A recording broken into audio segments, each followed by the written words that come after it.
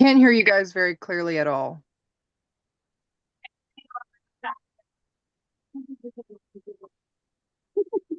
I can't hear anything. You just have to speak into one of these two devices, right? Can you hear me now? Yes. Felt like a Verizon commercial. Okay. So we are calling this meeting to order. We're going to start with introductions, starting with Commissioner Webb. Okay, this is Pam Webb. I regret I did not know this was an in-person meeting. I assumed it was virtual, so I apologize for not being there. If there's a 5 or a 10-minute break anywhere, I will buzz down, but I regret that I'm not there. Well, we appreciate you online. Yeah, I'm Commissioner Anthony Wakua, District 2, Clatsop County. Thank you. Commissioner Thompson, Leanne Thompson, District 5, the southern half of Clatsop County. I'm Commissioner Bangs, District 4, Clatsop County, and our chair, Commissioner Quayla, is running about 5 minutes late, but he will be here. Starting around the table, Hi, Danelle Davis, I'm the hospital budget committee. Excellent. David Ozer. David Ozer, live in Astoria and on the budget committee. Excellent. Thank you for joining us. And I see Clara Schroof online. Yep. Clara Srofe, District 5 Citizen Committee member. I do apologize. I was having some tech issues. So at some point, hopefully I will switch to a computer and I'll be able to see you guys a little better. Excellent. City, Tita Montero. Tita Montero, I thought this was a hybrid meeting. I'm sorry if it was supposed to be an in-person. I did not understand that. Oh, no, it's definitely a hybrid meeting. Thank you for joining us this evening. Okay. And Lindsay Davis.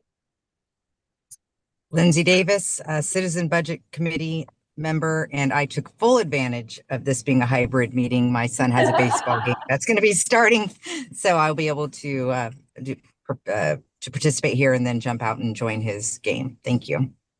Excellent. And did I get all of our Citizen Committee members who are present? Perfect. So we shall be moving on to the Westport Sewer Budget Committee. And I am passing the baton to our chair. Why? No, You're doing such a good job. no, man. I was really hoping. Okay, here we go. Is there any public comment? Okay, hearing none. Is there a staff report? So were we, there was a question on the Westport Sewer Service District budget when we were reviewing it. Please let me know online if you can't hear me, I'll speak up and yell. There was an errant line item balance that was tucked under the grouping of special payments. We have now kind of rectified that, and that expense was under the indirect cost allocations. That has now been adjusted and moved up to materials and services. As a reminder, this was a line item issue in the grouping. All the balances did not change. We just wanted to present that to the committee and turn it back over to see if there's any further discussion and or conclusion. Is there any further discussion?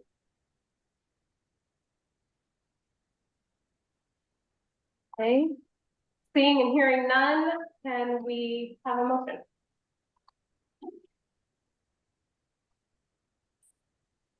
And just a reminder, the motion needs to come from the Board of Commissioners because this is just a Westport district, and so any Board of Commissioners can make a motion. I would say. Thompson will second. It's been moved and seconded to approve the Westport Sewer District budgets. All those in favor signify with an aye. Aye. Aye. Okay. Excellent, motion passes. And then I will pass the baton to Chair Ozer. Thank you very much. So this is a continuation of the countywide budget meeting, which began last week, May 7th. Does any member have a conflict of interest to report that was not previously reported? Seeing none, do we have any public comment? Also seeing none, we will turn the meeting over to staff. There were questions last week about federal funds, and staff has presented us with some information which they will now review. Thank you, Chair Oger. Like Chair Oger was mentioning, there were a few questions about federal funding, how much does the county receive, what does that look like in the context of total resources. The response was given that for federal funding, we only truly receive less than 1% of the total county resources. But we also wanted to show within the budget document each and every area that could potentially be impacted. And I guess I just want to underscore that with saying we don't know. We don't know if it's actually going to materialize. But again, we're prepared and ready to pivot if this was to come to fruition. So we wanted to just show that to the board and the committee and see if there's any additional questions regarding federal funding.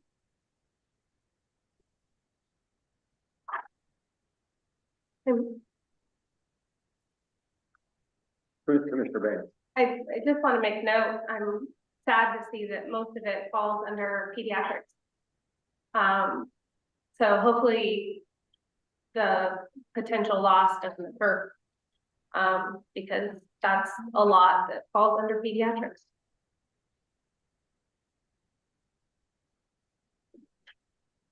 Commissioner Thompson. Second Commissioner Banks' comment. The other thing that I'm noticing when we're looking at prison costs, Speak up, please. I can't speak louder than that. Sorry. You're gonna have to get me another microphone. Or move this. Maybe you can, yeah, push it over, Jim. Thank you. Sorry, I've been in a meeting all day. I'm gonna do all day long today, and after a certain point, it just gets a little weaker. I noticed in the correction budget that the comment was made that we're seeing less and less physically well adults in custody. The correlation between the cuts in these programs and the downstream impacts on the physical, emotional, and social well-being of our people is so clear and compelling. And this is the federal money. What we heard today was that the state revenue forecast is also, what do I want to call it, shaky, weak. So the effort that's been made to budget precisely, the thoughtful consideration by all the members of the budget committee to support our community's decision-making process about how we manage our resources has never been more important. And I'm grateful to everybody who's here, staff, electeds, community members who's part of it. Commissioner Banks. And just a point of clarification for my sake, we have had no news that any of this is going to be cut, correct? So this is just making sure this is a clarity situation and we haven't even heard. Just to put it on the radar screen Okay. about what is currently on the table that we don't have control over, obviously, and there's just so much uncertainty right now. So we just wanted to let you know what that looks like. Thank you. I'm sorry. She's on. Okay. Clara, thank you. Clara. Yeah, would it be all, would you be able to send out this page you have on the screen right now to our emails so that we can add it to our binders? I know it's all hypothetical, but it would just be nice to keep everything together. Yeah, we can send it out again. It's included in the PowerPoint that was sent. It was all separate document, but we can follow it, send it again. Thank you. Yes. Thank you. Any other questions or comments on federal funding? Okay. So we will move on. I'm sorry, Commissioner Webb. Yeah, I'm sorry. I hope it's not just my computer, but I'm having a lot of trouble hearing the people who are physically at the meeting. I missed entirely this last discussion about the federal funds. Um, I'm sorry, we're just, can we do anything about the? We is- will continue to try and speak loudly into the microphone. Thank you, that might help. A good reminder for us all.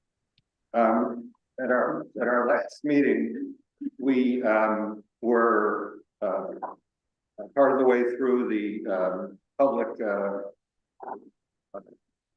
safety and justice, and there were a number of questions that were sent in to the staff.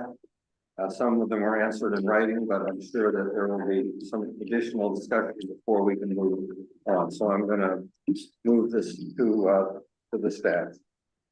Thank you, Chair Ogier. So we did get through the majority of the public safety and justice budget. We answered a number of questions that were already submitted in last week's meeting. Subsequent to that meeting, there were additional questions that were submitted.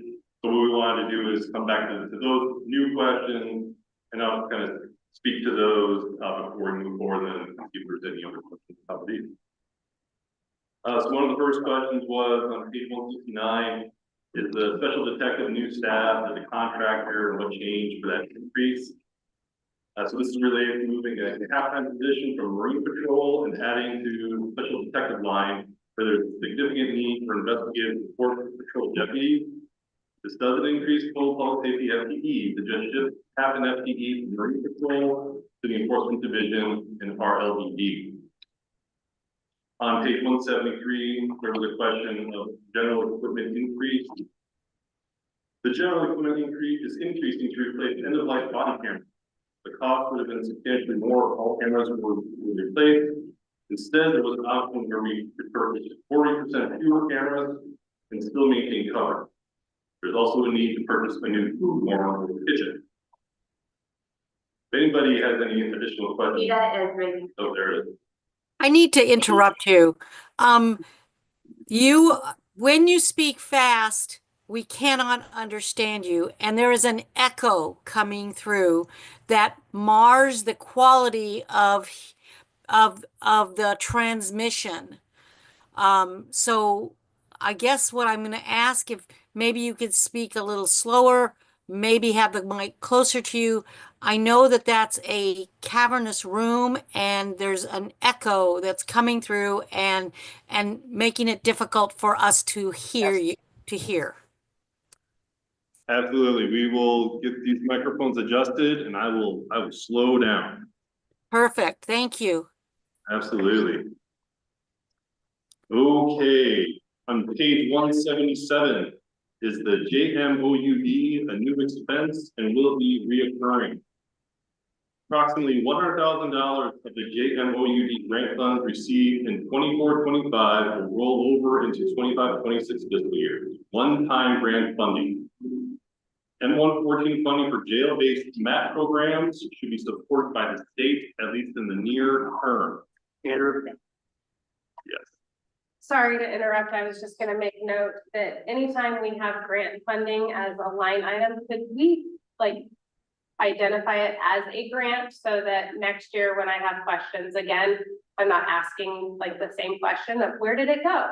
Sure. Because if it's a grant, then I know it came, it went, we passed it through. And that it is just holding space in the budget, that it's not something. Taking a guess at what? Exactly, Sure. because I sense I'll have the same question next year. That's fair. So when it comes to those naming conventions that we arrive at, we'll take that. The next question is also on page 177. I'm sorry. Just okay. Keep slow down. Medical supplies increase. Is that because of more injury or increased cost to the stores? There's an increase of $4,000 in medical supplies due to inflation affecting pricing of consumable supplies. There is also a portion of the increase attributed to care for the Benton County bed leases, which will be billed back to Benton County for major expenses. Next question was on page 181 for internet service and television cable. The question was, are those transferred expenses from somewhere else or new reoccurring costs to this department? While these are not new expenses, these are new expense lines that were created to provide more detail regarding specific utility expenses.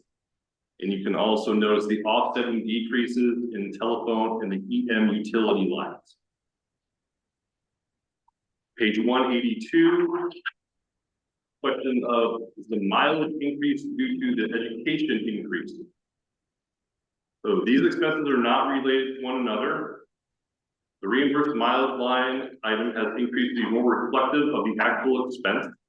The current year is projected to be $2,000, which is what is being budgeted for 25-26. The increase in education is related to staff certification. Could I ask a question? Thank you. I assume that this mileage relates to public outreach within Plattsburgh County and beyond. Is that accurate or not? I think that'd be fair to say. Thank you. And I had a question also on this budget. The we are no longer having our own cremation unit. How are we? Where's the expense of having these pets cremated? Paul, do you want to respond to where you're taking them to? The local vet offices provide this service, so people will be directed to that. And one of the challenges was we provide a very, very basic level of support in that, and people care about their pets, and we were unable to provide the higher level support that they expect and require. Yeah, we have one of the, Yes. and Columbia Vet has the other one.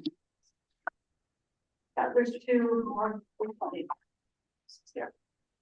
There's also, I can go up, but I don't think so.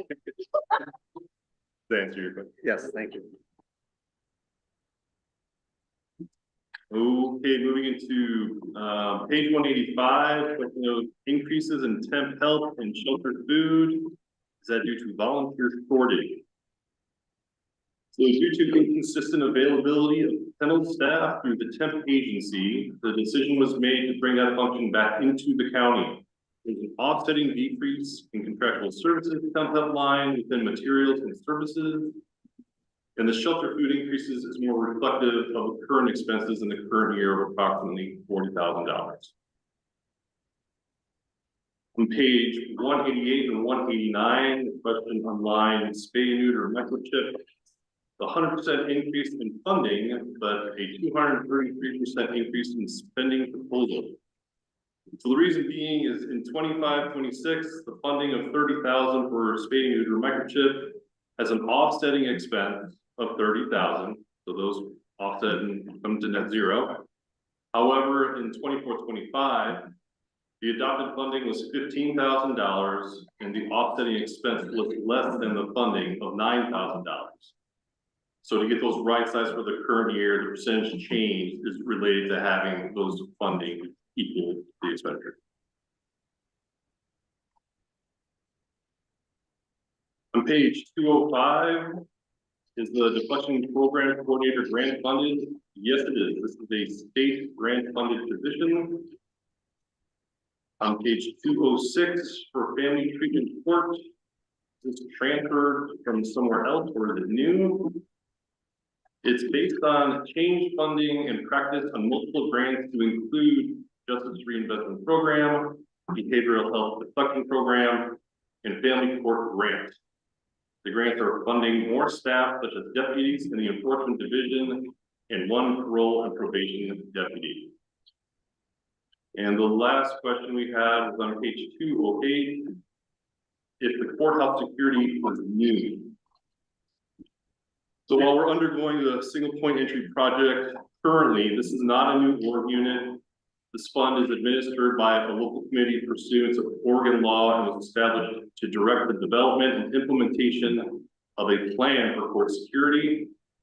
The classic committee is chaired by Judge Peterson, and the sheriff deputy provides security for the courthouse. It's paid for with 50% of the funds provided by the courthouse security fund and 50% paid from the general fund in the enforcement division. Before we move on to questions, if I can just make a suggestion to those online, if you do have headphones, it's my understanding that it helps as far as hearing a little bit better, as well as taking away some of the background and echo noise. And so if you're able to utilize headphones online, I would make that recommendation to help you out. Commissioner Banks. Well, first the statement and then the question. So the statement is, thank you for punctuating all of my questions before putting them on the big screen because I was, fast typing. But, so the last question here, it wasn't, and I know it wasn't well, asked. It was more along the lines of the transfer from general fund. Was that new? So I'll speak to that. Yes. So one of the challenges that we've been having with the state is what it truly costs to provide court security. And we have been supplementing court security, but there have been a lot of questions about like, what are your true costs? And we haven't been showing our true costs. And so we will be hiring a security firm to be able to oversee the single point of entrance. And so that's going to be a significant increase to our budget. And so that general fund transfer is because we are continuing to supplement it with general fund dollars, but we're showing it in the court security fund. So it's just going to be easier to track. Thank you. And thank you for all of that. Are there any more comments, questions, concerns about public safety and justice before we move on from anyone? Okay, I'm seeing none. So we will go on to the public health. And I just want to say, I think I would ask staff to begin their comments here. We no longer have the position of public health director. And so if you can comment on how things will be organized and what the financial impact of that will be. I'm more than happy to do that. I'm sorry, Carol, there was just one section. And this is, oh, that's right. We have to pay the sheriff and the DA. I thought they were pro bono. And that's the board of commissioners who make that decision. Just for your clarification, the way that it is budgeted is it is common practice that we do not, we pay the sheriff and the DA at least 10% of what their chief deputies make. And so there is 10% reflected in the sheriff's budget for his position. And then the DA stipend does show a decrease.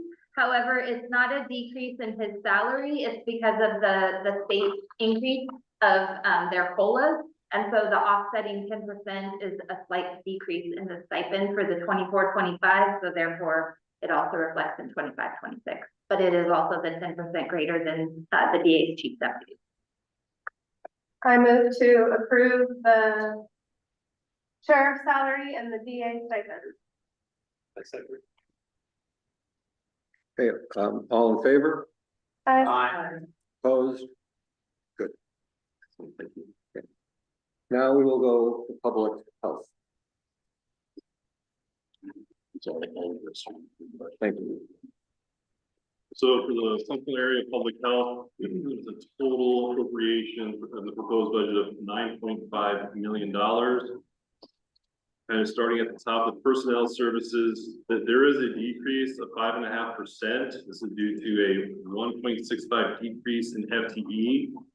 And those positions include the public health director and the nursing supervisor.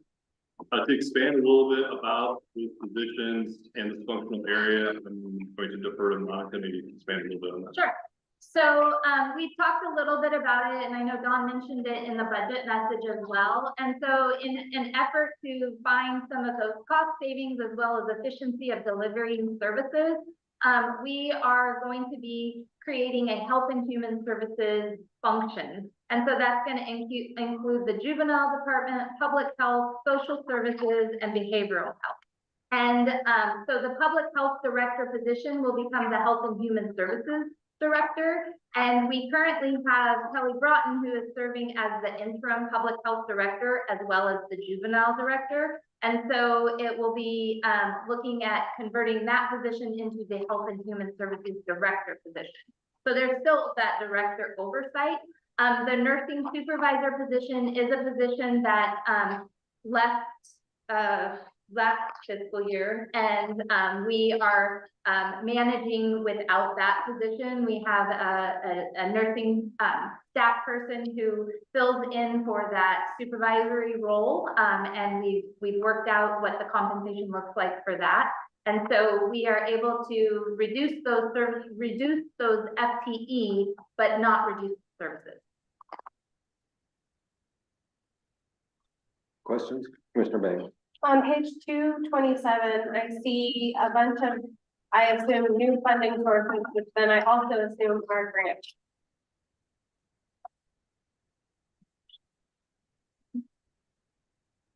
Yes. Oh, yeah. Yeah. Okay. So when those grants expire, will there be new grants to replace them, or will that funding come from the general fund? So if I can just explain a little bit of that as well, and I think that we're going into some of what Andy is planning to do, but but one of the things that we are also doing is the public health department has a large number of organizational units.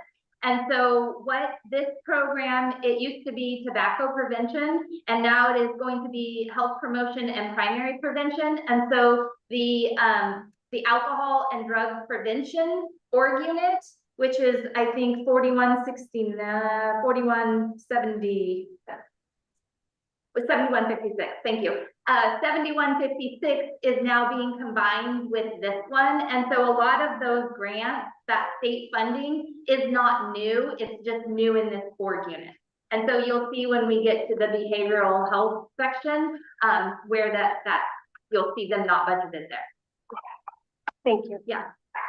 Maybe just to add to that, there's going to be a bit of a theme here, because we do have some areas there either being absorbed, or being transferred, or they're being isolated and separated out with the tax purposes. You see that in the something. You want to continue? On that note, on page 239, is that an example of that, where the allocation from the general fund is a proposed change of 100%?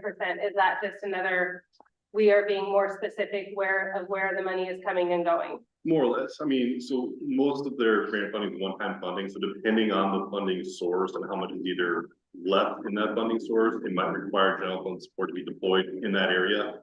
It's not necessarily consistent year to year. It just depends on the program. And specific to that one was previously, we were utilizing ARPA funds.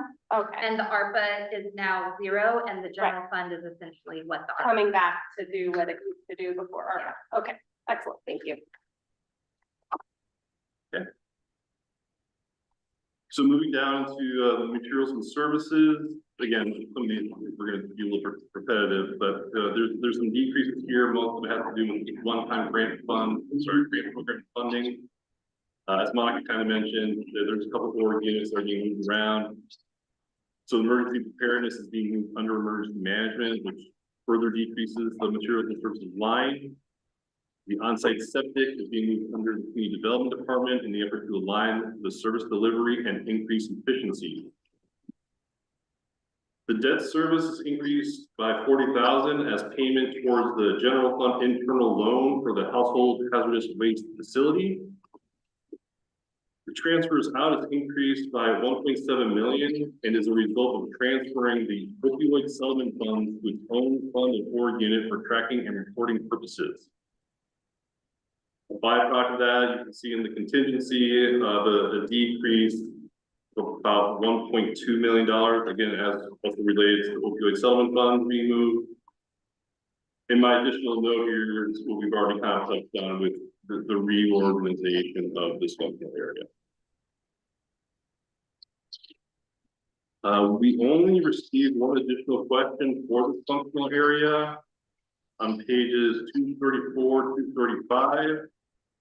Question being, it looks like we are cutting back on maternal and child health, and does this reflect less need? So what this actually is reflecting is a more accurate budget in regard to the number of clients that staff are actually able to see, and in turn bill Medicaid for those services. So that's really what drives that. Commissioner Thompson. I'm trying to remember how long is prepaid the debt for the hazardous household hazardous waste facility. So we extended it 5 years this past year, so we'll have 4 years left. 4 years. 4 years. Thank you. I do have a question on that very topic, hazardous household waste. It seems like, we have this statement, but it's used very, very infrequently. What's the issue there? So part of it is staffing, and then also just we contract with a company to come in and take those materials away. We are having conversations with Recology, in regard to if they were to manage that and be able to have it open on a weekly basis. So that way the people can come any day of the week when they're coming to the dump and also be able to utilize that. So we've been having those conversations with Recology to see how we can utilize the facility more frequently. But until we confirm things there, it's still on a quarterly basis. Other questions? I have one other question regarding food banks. We've seen, at least here in our part of the northern part of Clatsop County, that the food banks have had cuts in what they're receiving. How is the county responding to that? Is that shown in the budget anywhere that there's additional funding for food banks, or are we waiting to see the impact of other federal funding? At this point in time, the county does not fund the food bank. Let me ask the question a little bit differently. That would the county, if the food banks were really in a bind, would the county consider some funding for the food banks? So the county would have to look at the resources and services that we provide to be able to supplement another program. Yep. So I think, I'll just expand on that a bit. I think what would happen, because of the uncertainty right now, and certainly the food banks are one of the agencies that are feeling it, is that once we can get a sense of the entirety of the challenge, then we can go back to the board and weigh what is our discretionary revenues, because those are discretionary revenues that get allocated. Where are we in our discretionary revenues? What are the holes that the board may or may not wish to fill with those discretionary revenues, and weigh the impacts that those investments will have. I mean, part of what I think we're going to figure out is whether or not it's going to be a longer term commitment to make some of this work. Because there has been kind of a equilibrium between a lot of our services with the funding sources that we have had. When you lose a part of the funding source, the equilibrium goes haywire. And that's the way that the criminal justice system works too. You have to have so many district attorneys, so many judges, so many police officers, sheriff's deputies, and it has to be all calibrated. And that's the way social service works too. And obviously it doesn't work perfectly because the funding sources are coming from all different places with all different kinds of requirements. So what I would say is, as we get a better sense of what that need is, then we'll certainly have those conversations with the board and see what our capabilities are. I mean, part of the reality for us right now, and I've talked about this before, is that as the federal government and state government have funding issues, it usually coincides with counties and cities having funding issues. And so there's not one entity at that point that can really step in, because we're all under strain. And the strain that often comes in social services. And what I've always said is the relevancy of government matters, because when things are bad, government has to show up. Like when people are in need, government has to show up. That's how we feel about natural disasters. That's how we feel about economic downturns. That's certainly how we felt about pandemics, where the county and the state had to show up. And so it's kind of a wait and see at this point, because we still don't know what we're doing yet. Claire did have her hand up, but I don't. Claire. Yeah, Clara? Yeah, I hope you guys can hear me. I put in my headphones. I was just wondering if anybody can speak to some of the volatility I'm seeing in the reproductive health section. It just seems like there's a lot of high percentages plussing and minusing in all the departments, and I'm wondering if there's been some major changes overall, or if there's some easy explanation. Right, is there a, like, sorry, I'm waiting for the ambulance to pass. And so in some of these instances, as when you're talking about the percentage changes, some of it is, it's 100%, but it's $880. And so in some instances, for example, the lockbox fees is $880 that is not proposed. And so there's just a shift and a change in how we're processing payments, or in other instances, to Andy's point earlier, we're trying to better align with what's actually happening. We've been really trying to take a closer look at our public health department and the services that we can actually provide, to the point of the question earlier about maternal, child, and health, looking at what can our public or our maternal, child, and health staff actually see on a daily basis in regard to the number of clients, and then what's billed to Medicaid, rather than being optimistic that we're going to increase those numbers and then not be able to hit those numbers. And so budgeting to more to what we actually know we can perform and do.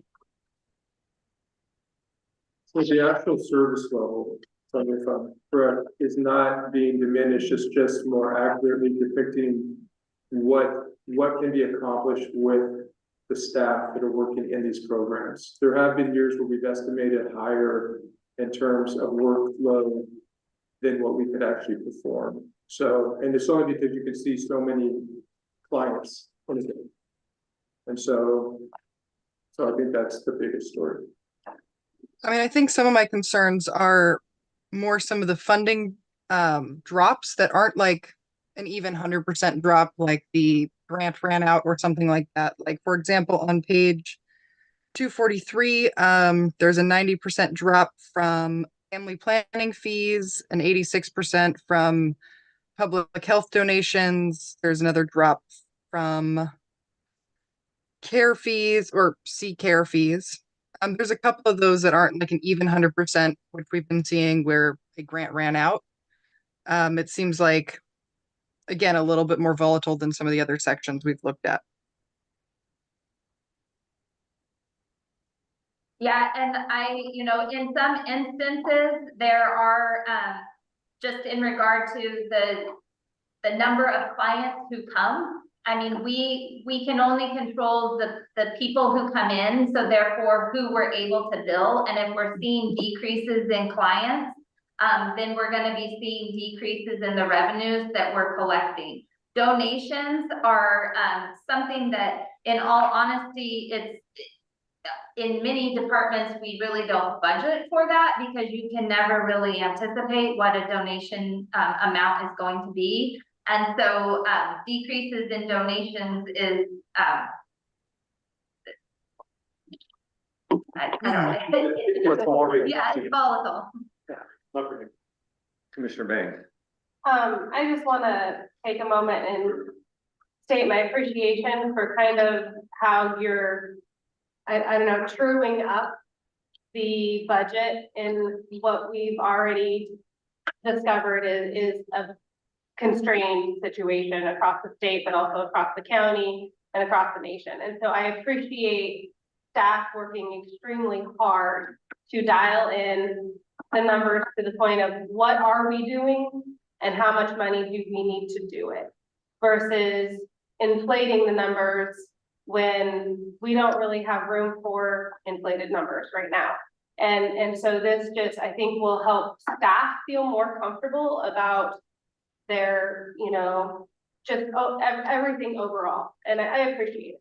And I do just want to add to, and this might help Clara, in regard to some of the percentage changes that you're seeing. So when staff are building these proposed budgets, what you all have in comparison, because this is budget law, so this is what we have to put in, is you see the 24-25 budgeted amount.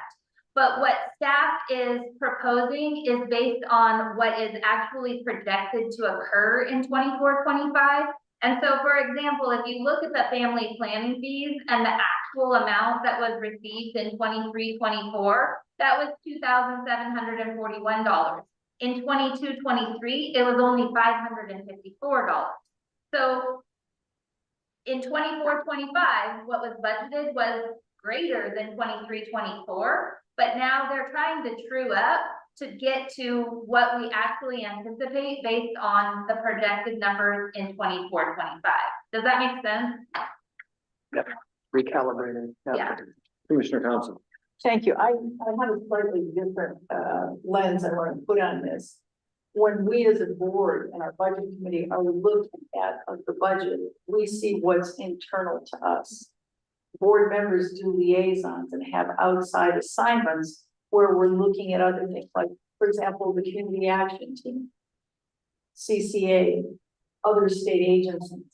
When we're looking at the board's strategic planning process, this may be too big an ask, but if we could look at not only what we're doing inside here in Placer County, but we could look at our partner agencies and how to rebalance and reconfirm with a little more quantifiable data at some point, it might help community members and staff and the board get a clearer picture of reality, taking more complex factors into account. I don't know if that's a reasonable request, probably not, but well, It's definitely aspirational. it's aspirational. Yeah, that's my specialty, but you know what I mean? If we're looking at the point of view of the grassroots consumer, citizen, non-citizen, whoever is here, they don't care about these numbers. What they care about is when I have a need, will it be met?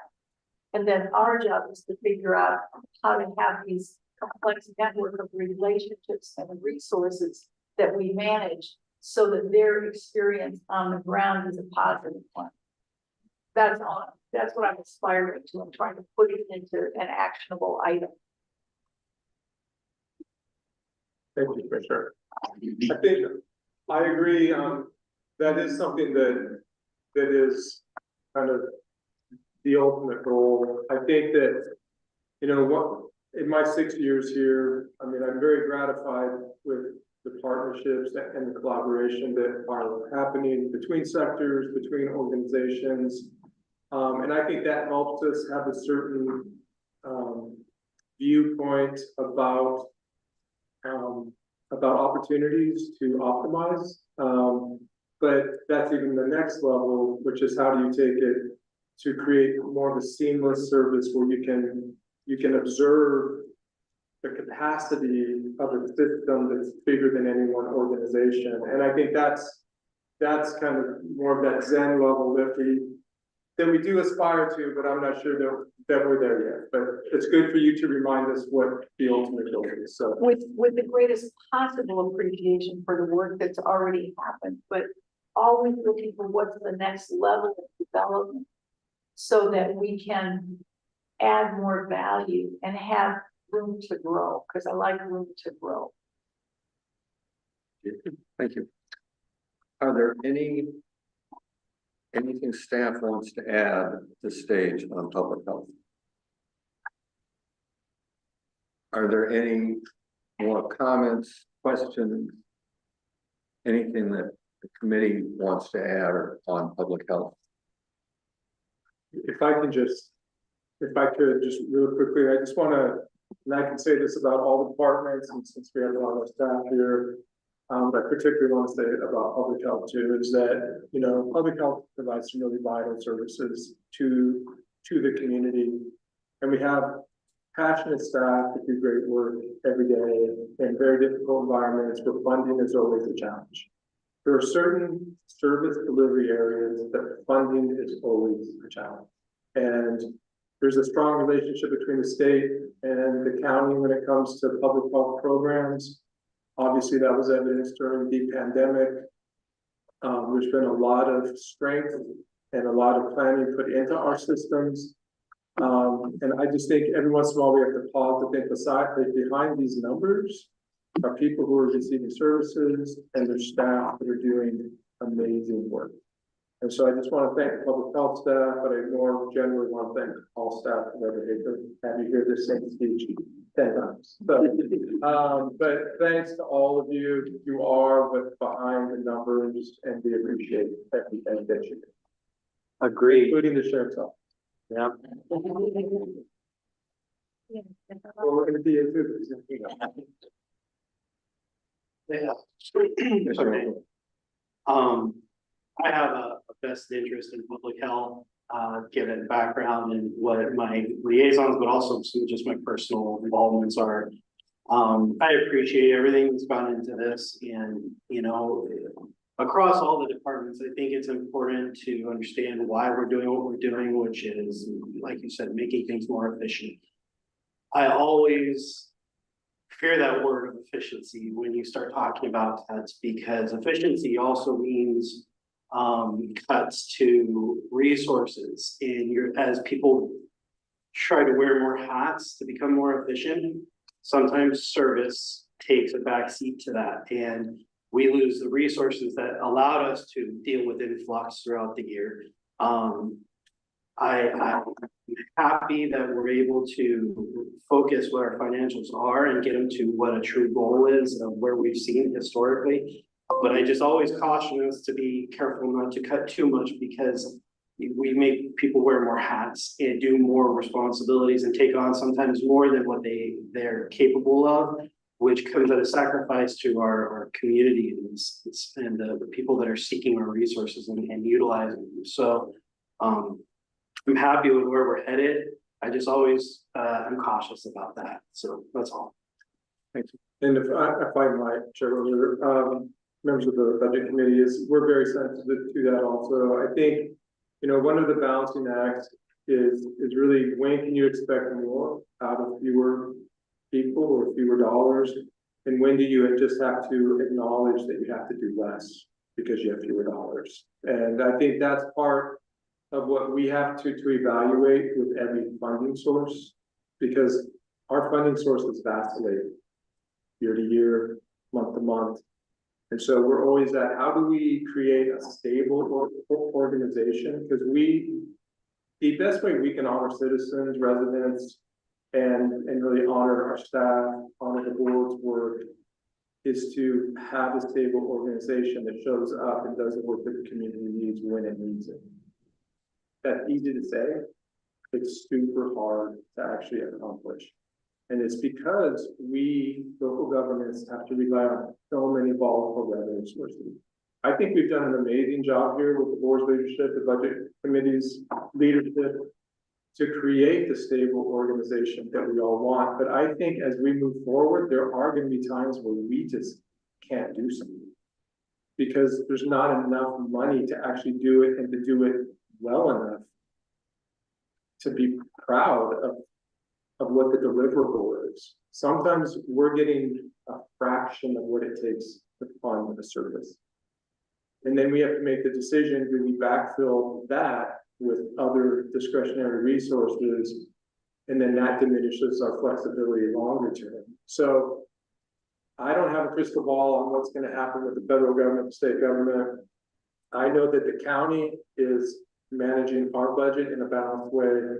We understand our revenue sources, but we also know that we need these other revenue sources to really make a complete community of services.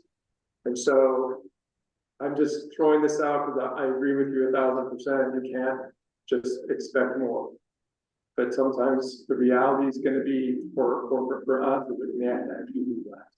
And that's a tough sell when we're providing critical services for the community. And I'll just add to that, in some instances, it's a thoughtful process has taken place, because where we work with a lot of our community partners. And so who is also delivering that service? For the example of the household hazardous waste, you know, Recology is staffed there all the time. So is there a better opportunity for us to get more by us not actually operating that?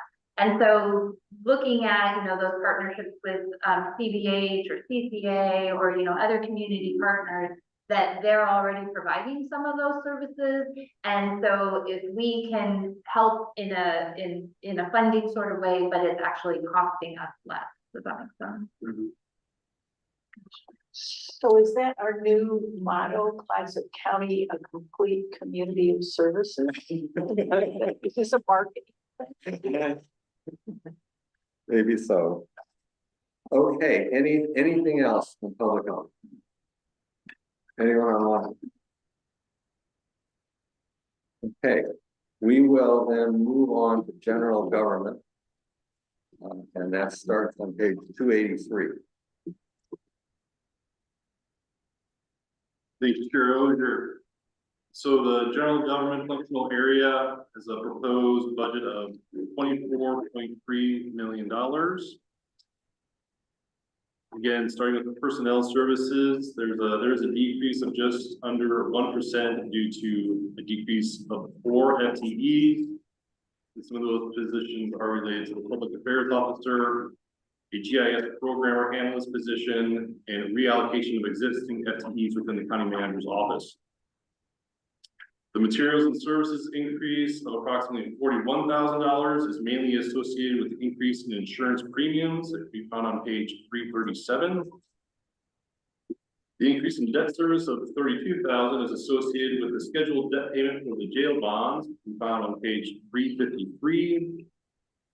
The special payments decrease of $906,000 is due to the absence of spending ARPA funds, which have expired going into fiscal year 25-26. On that topic of the ARPA funds, looking at the transfers out, the decrease of $2.6 million is also a result of the expiration of the ARPA funds of approximately $1.8 million. And we're not budgeting for a transfer from the general fund stabilization funds to balance the budget. Some of those decreases are offset with new transfers of $125,000 to cover the cost of the court security at the new single point of entrance, and approximately $341,000 in the bond UAL org unit to help offset PERS increases to the general fund and special funds. These expenses are paid from in personnel. In contingency, there's an increase of approximately 4.2%, which is again associated with not transferring funds from the general fund and stabilization fund. And just as a reminder, under this functional area, while this is the general government functional area, not all funds within this functional area are general fund. Therefore, there are special fund contingencies that have increased. There are a few additional notes to this functional area. So there's a new fund, the preservation fund is a new fund that is currently under this functional area. The fund is being established to account for the aging infrastructure and square footage utilized by county departments and staff. Non-general fund org units will be assessed a 2% capital maintenance fee based upon the accumulated depreciation and percentage of square footage utilized. These funds will be used to continue to preserve the various buildings where county services and operations are performed. Is this a cash fund or really more of an accounting?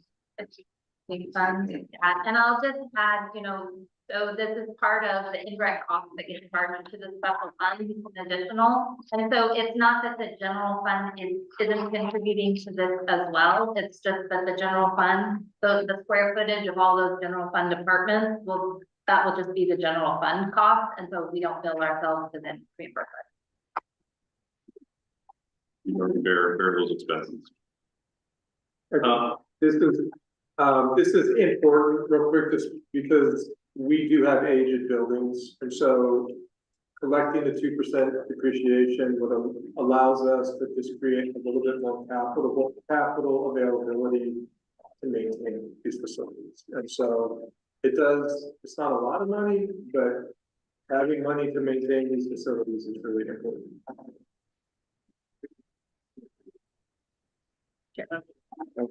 I'm sorry.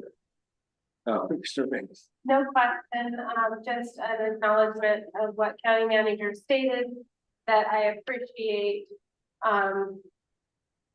these monies being saved for future capital improvements needed. I've seen too many budgets, some of our school districts and so on and so forth, who didn't have that forethought to keep up with the improvements needed within their buildings.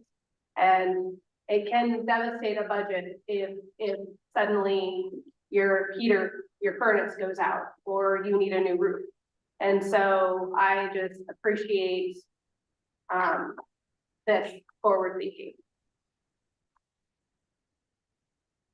And just one last note, and this is just kind of how this was categorized initially, but on further review, this preservation fund will be moved into the functional area of land use, transportation, housing, economic development, and capital, as this area is more reflective of those funds. So there were a number of written questions. Why don't we take those first and then go to questions that people have as a follow-up? Sounds good. So one of the first questions you had on this functional area was specific to the discretionary revenue on page 285. First question, what were the actual property tax revenues collected in 2024? Approximately it's $11,542,797. How close is the 11.67 million estimate in the current year?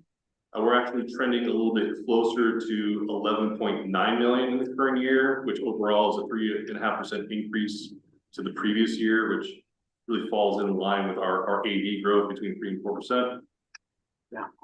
The question of room tax revenues collected in 2024 were approximately $713,000. And how close was the budgeted amount of $950,000 in the current year? Might have been a little ambitious for the 24-25 budget for the $950,000. We're actually trending closer to about $815,000.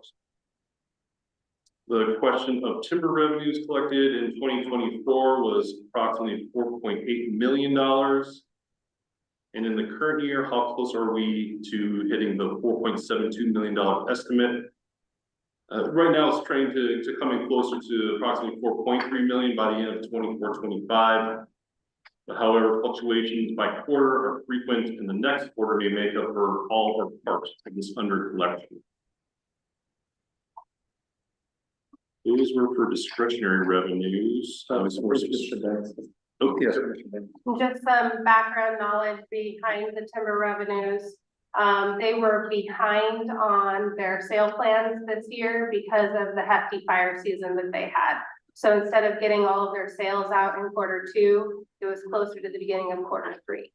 And so there was just a delay.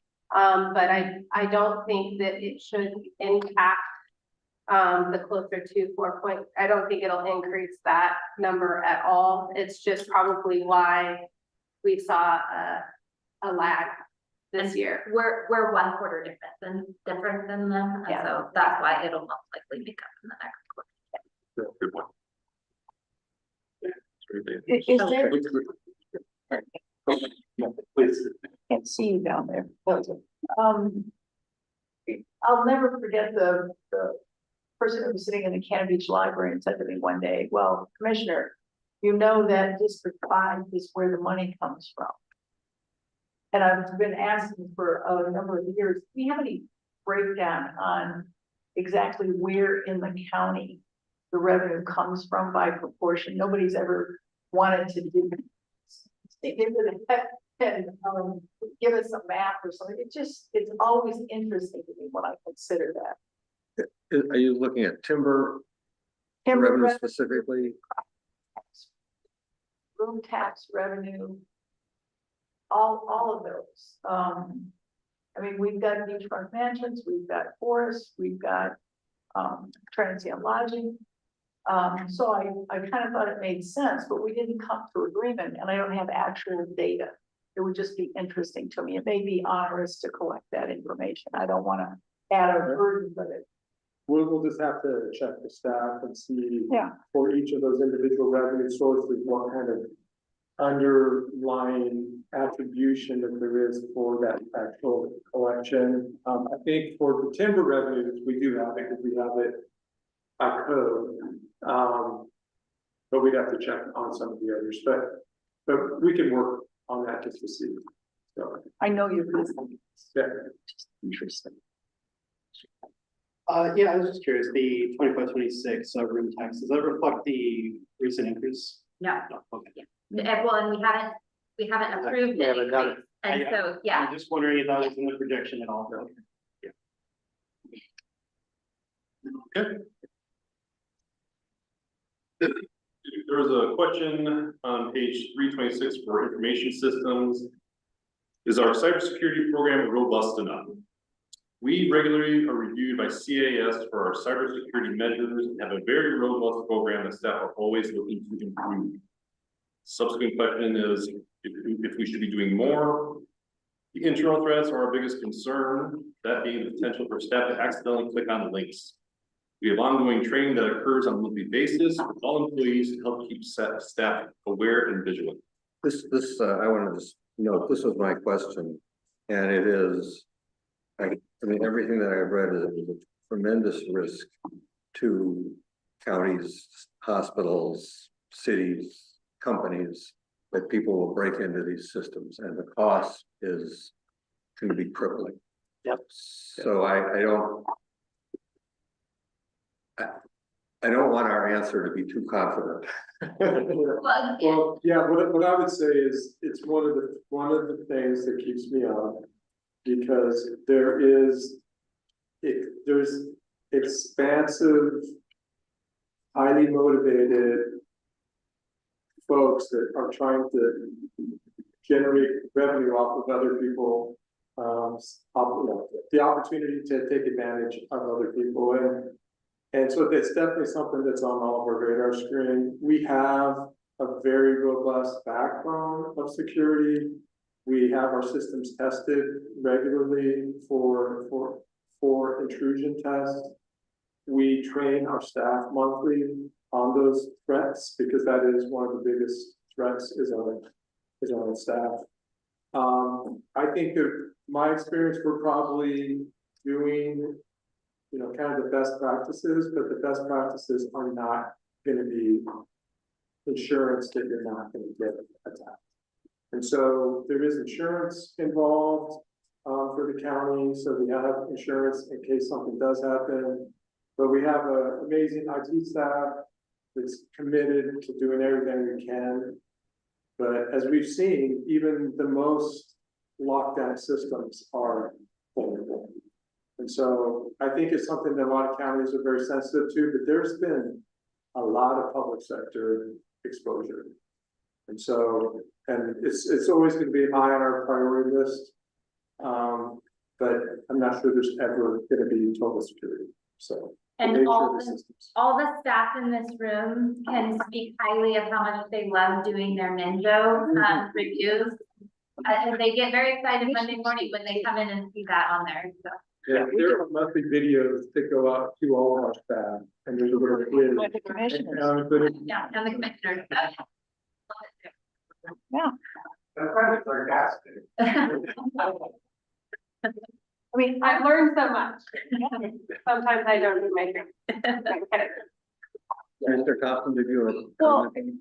and I think that's the excellent question, because every system is going to have some kind of error that's going to happen. We just know it's going to happen.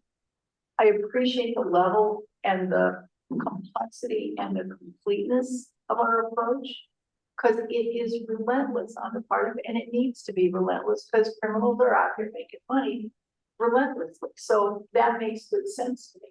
And the insurance makes good sense to me, because there's got to be a net to allow for human fallibility. Okay. Next question was regarding the general fund stabilization on pages 342, 343, to provide additional detail on the general fund stabilization, how it fits in the budget as a whole, and what are the projections for its future. So the general fund stabilization, it is a long-term resource to budgeted revenue. Should budgeted revenues fall short and a reduction of expenditures is not enough to offset the reduced revenues. The general fund stabilization is included in the reserves that make up the board's 20 to 30% fund balance goal. So all those pieces of the general fund stabilization and the unappropriated fund balance and contingency make up that formula. The American Rescue Plan question of how is the remaining $433,000 of the ARPA funds to be used? So those revenues are earned on the interest of the ARPA funds that are not restricted and will go towards paying for paying 6 months of the housing manager position that was funded by ARPA, as well as other administrative overhead costs. And I believe that was the last question that we had submitted for this functional area. Turn it back over to the committee for any other discussion or questions. Good. Do people have questions online or in person on any of the general government funds? Any hands? No? Okay. So that means the next thing to look at is the stipend for the Board of County Commissioners, and that recommendation can be found on page 289. And this is the responsibility of the non-elected members of the Budget Committee.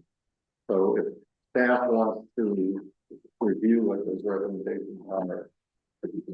So currently what's in place in the budget for the stipend is 3%, which follows the anticipated cost of living adjustment. That's what's in place currently. It looks like we have a question. Clara, yes. Just a clarification. I'm sorry, did you say it's on page 289? Yes, it's the commissioner stipend on page 289, line item 82-2931, down towards the bottom of materials and services. Okay, thank you.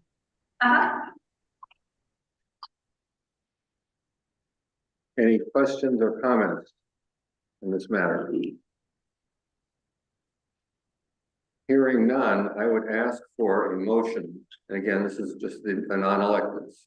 A motion to approve the Board of County Commissioners stipend. So moved. Okay, we have a motion. We have a second. I'll second. Okay, we have a motion and a second. Any discussion? All in favor? Aye. Aye. Any opposed? Okay. And I'm just going to clarify for the record that was Clara who seconded. All right, thank you very much. We now move to the vehicle funds under land use and transportation, economic development, and capital. So the county staff will take us through those funds.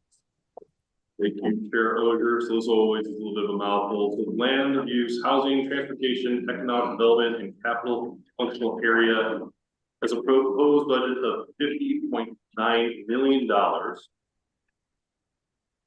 In personnel services, there's an increase of approximately 2.6%, which we contributed to the cost of living adjustments and increased health insurance retirement costs. However, this increase is also offset by a decrease of 1.55 FTE related to the natural resource manager and the planner positions. In materials and services, there is a slight decrease of 2.7%. And these can be contributed to the cost controls that were accomplished collectively by all departments. In capital outlays, there's an increase of $500,000, which is mainly associated with the proposed construction of the Westport Bypass Road to help eliminate the truck traffic in residential areas.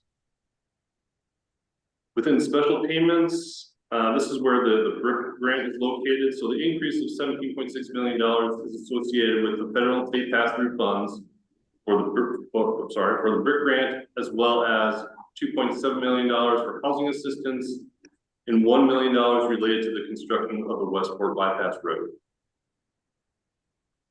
Transfers out have increased $40,000, mainly associated with an increase of video lottery funds being transferred to planning. And the contingency amount has increased to $1.4 million, which again is related to transferring the opioid settlement funds into this functional area. Some additional notes for this functional area, again, speaking to both the housing assistance and the opioid settlement funds. These are relatively new funds, but we're just placing them in their own area so we can track them easier. The Housing Assistance Fund has been established to support the efforts of the Governor's Office to improve shelter bed capacity in Clatsop County through legislative funding. Funds received are pass-through dollars to community partners providing shelter and rehousing services to residents in Clatsop County. A portion of these funds are kept by the county in accordance with the funding agreement to pay for the administrative oversight. And as for the opioid settlement funds, these are related to the national lawsuits against several companies for their role in the opioid crisis. Clatsop County is a participant in this litigation and is a recipient of these funds. The budget reflects the anticipated cost for getting a SUD treatment program up and running through CBH in collaboration with the schools. There's approximately $1.3 million budgeted in contingency for further development of prevention programs with the schools, so funds can be allocated to support this work. And this is another last note, upon further review, both the opioid settlement funds and the housing assistance funds will be moved into the functional area of health and human services, as this area is more reflective of these funds. And I would like to just add a couple other things. Going back to the personnel services with the decrease of 1.55 in the natural resource manager, I would just like to make note that previously we had a natural resource manager who was 50% in fisheries and 50% in parks. And so now we've elevated and we have a park supervisor, and then we have the fisheries supervisor. So there is still that level of management within each of those, and then the oversight continues to come from the public works director and his team. And then just in regard to the emergency order funds, and so again, this is one of those things that Dawn spoke to earlier. This is state funding. We do not yet know what the governor's budget looks like. And so at this point in time, we are budgeting, anticipating that they are going to maintain the levels that they have provided for the 23-25 biennium for those 80 shelter beds that were created. And so to Andy's point, when we originally received these emergency order funds, we didn't know what this looked like and what it meant. And so that's why we budgeted it in the general fund. But if it's going to continue to come to us, then having its own separate fund, which again would go under that Health and Human Services umbrella of program. So again, what we'll do is go through the written questions that were submitted to management and then take additional questions and comments afterwards. Great. First question is regarding the building codes. If we could comment on how staffing difficulties and building codes are affecting efficiency, safety, and revenue. Also note that there is $0 budgeted for contractual services in this fund and only $1,000 for IGA services, and if that's realistic. So this department is fully staffed. We reflected in page 398. Historically, this department does not budget for contractual services. In 24-25, funds were budgeted to help with the plan review and anticipation for major construction occurring at the GP 1 Mill. Should there be a need for contracting with the company to assist with the plan review for any major projects or increasing IGA services with the city, there is $1.7 million in contingency funds. And I will just go back to kind of to Clara's point earlier too around the public health. Oftentimes we have budgeted things in anticipation for. And so in this instance, we have contingency. And so we're not trying to inflate the budget, the materials and services if we don't need to. And so we have the contingency there, and if we need to make an adjustment, we can come before the board mid-year to do so. So I mean, to me, this is an area where the quicker and the more efficiently these matters can be for codes can be judged and can be issued, the more revenues that the county gets and the more jobs that are created. So efficiency here to me is a very important matter. And it is for staff too. I mean, we want to be able to really process building permits and the inspection processes that go with them in a timely manner. And I think that our current staff and the staffing levels that we have, given what the activity level is, we have that occurring there. So now we do have to help some other jurisdictions sometimes. So Yes. Good. The next question was related to fisheries. If we could explain what the fisheries assessment is and why it is being ignored. These funds are a voluntary assessment that the fishermen pay into and contribute to the county fisheries program. These funds decreased significantly when legislation forced gill netters off the main channel to select area fisheries. And then Does this mean that the fishing industry doesn't appreciate enough what the county is doing? no, so I think that they appreciate it, but I did think, and I'm sure if you tell me if I'm wrong, but I think that there's just been a lot of change that has been occurring, and there's been for quite a while funding sources that were adequate to do the work that needed to be done. But the reality going forward, like a lot of the stories that we've heard, some of those funding sources are not as reliable as they once were. And so I think there is going to come a time where we're going to have to talk to the industry about whether or not they want to help contribute to maintaining the current service levels that we're able to afford. And we'll just see how that works over time. I think that the processors value it, but there's just been so many changes to their business. Is that fair to say? Oh, yeah. So I mean, they were very appreciative to have the new ramp out at the fish pens there. And certainly it was tough to collect that assessment, even when things were really good. When fishing was really good, they were having a hard time getting compliance on it. Now you've just got a handful of guys that are out there, and they're really scraping. So I just don't think I just think it's something that's an economic issue more than anything for fishing fleet. Mr. Sullivan. the question about the industrial development revolving fund, what is the $1 million in special payments for in the industrial development fund? So these funds are for engineering, improvement, rehabilitation, construction, operation, and maintenance in whole or in part, including pre-project planning costs of any development project that is located in an industrially zoned area within the county, and that could directly result in specific industrial and commercial activities. The $1 million is to help the development of the Westport Road bypass to remove industrial and commercial traffic off the residential streets in Westport.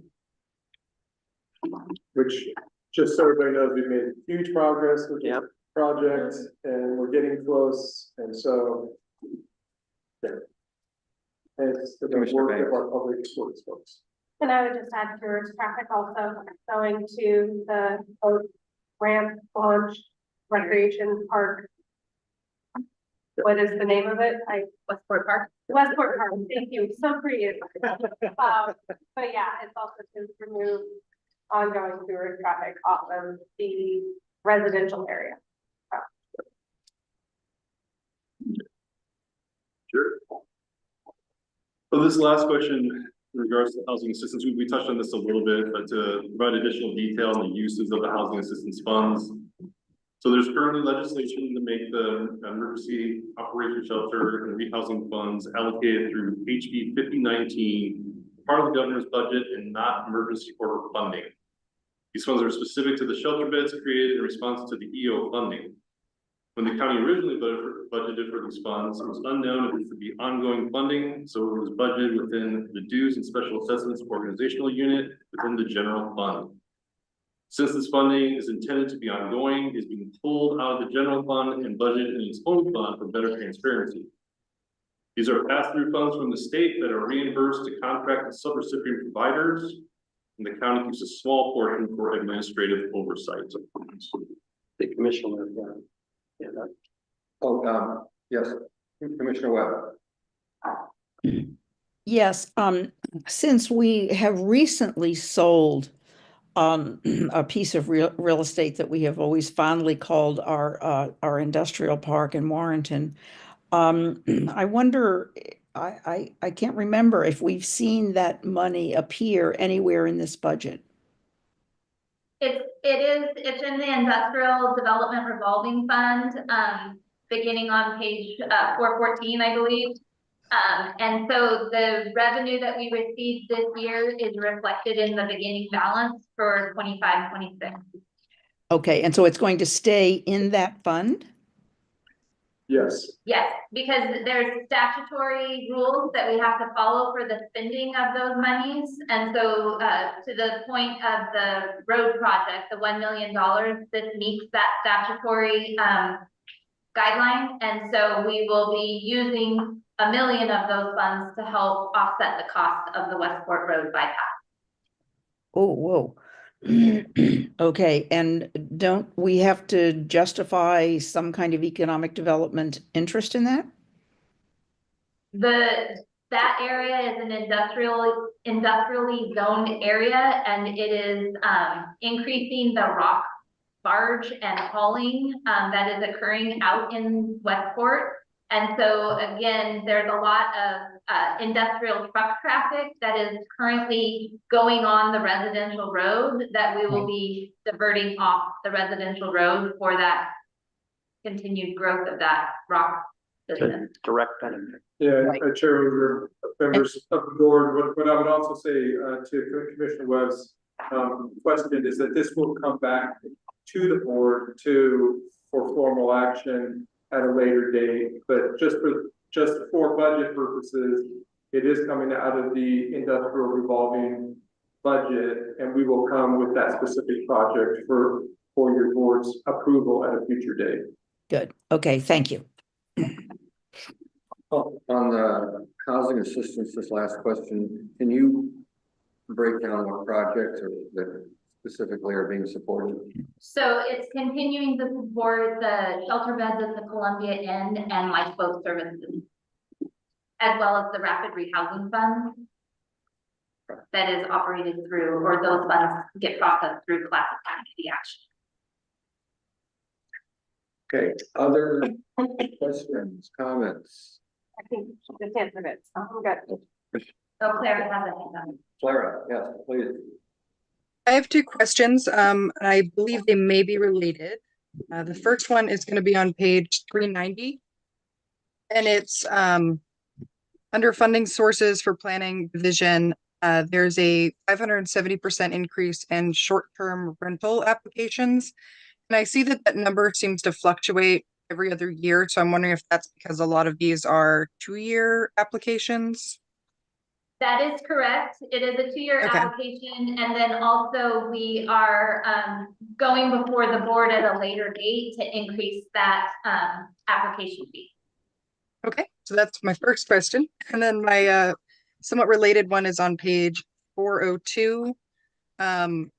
Under funding sources for the county tourism, also under short-term rental applications, there's a 233% increase, but that one doesn't seem to fluctuate as much. So I'm wondering if you could give me some more information on that. The short-term rental application, I'm trying to think, that's not an every year fee. That is scale. The short-term rental application fee, do you recall, is that like a 2-year? It's 2 years, and the board increased the fee to $1,000 effective April. Okay, it's a 2-year fee and the board increased it effective May 3rd to $1,000. So does that fee that people pay in, is it getting split between these different departments? Yes. And that is also one of the things that was talked about earlier in regard to the efficiencies. And so previously the application process for the STRs was done through the tax and assessment office. But that application process is now going to the planning department, which will help from an efficiency perspective because the planning department already does a lot of the work for approving the STRs. And so now that's just one location that the applicant will have to go to. Okay, and on the STRs, are we anticipating an increase or decrease in those on the county level? Are you talking about actual STRs or transient room tax? Yes, like actual homes being used for this.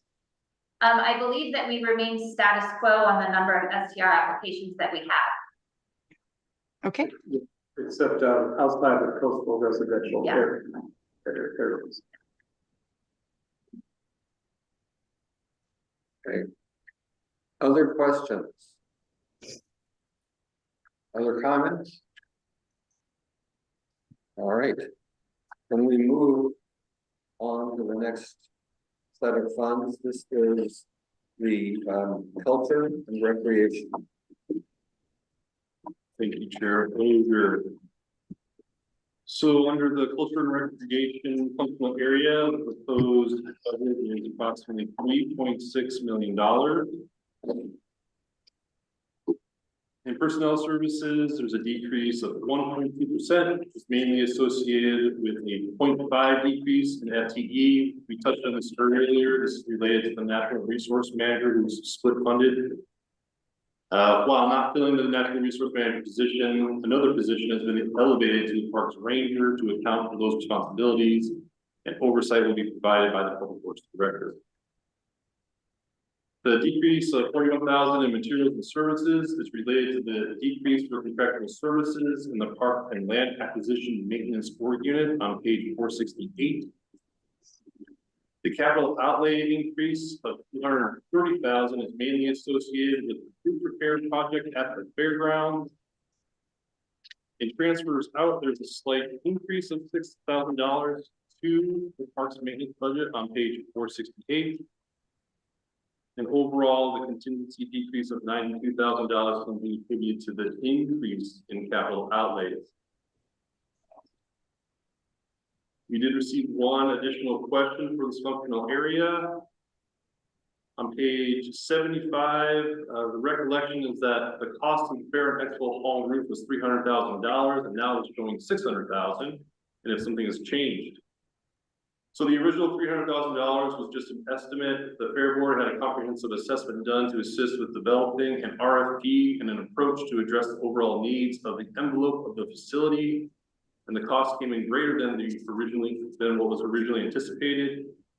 Staff worked closely with the consultant to discuss the most cost-effective alternatives, and the Fair Board and Fair staff have proposed this expense in the budget. And I believe that's the only question we received. Turn it back over to the committee for further discussion. Questions, comments, observations?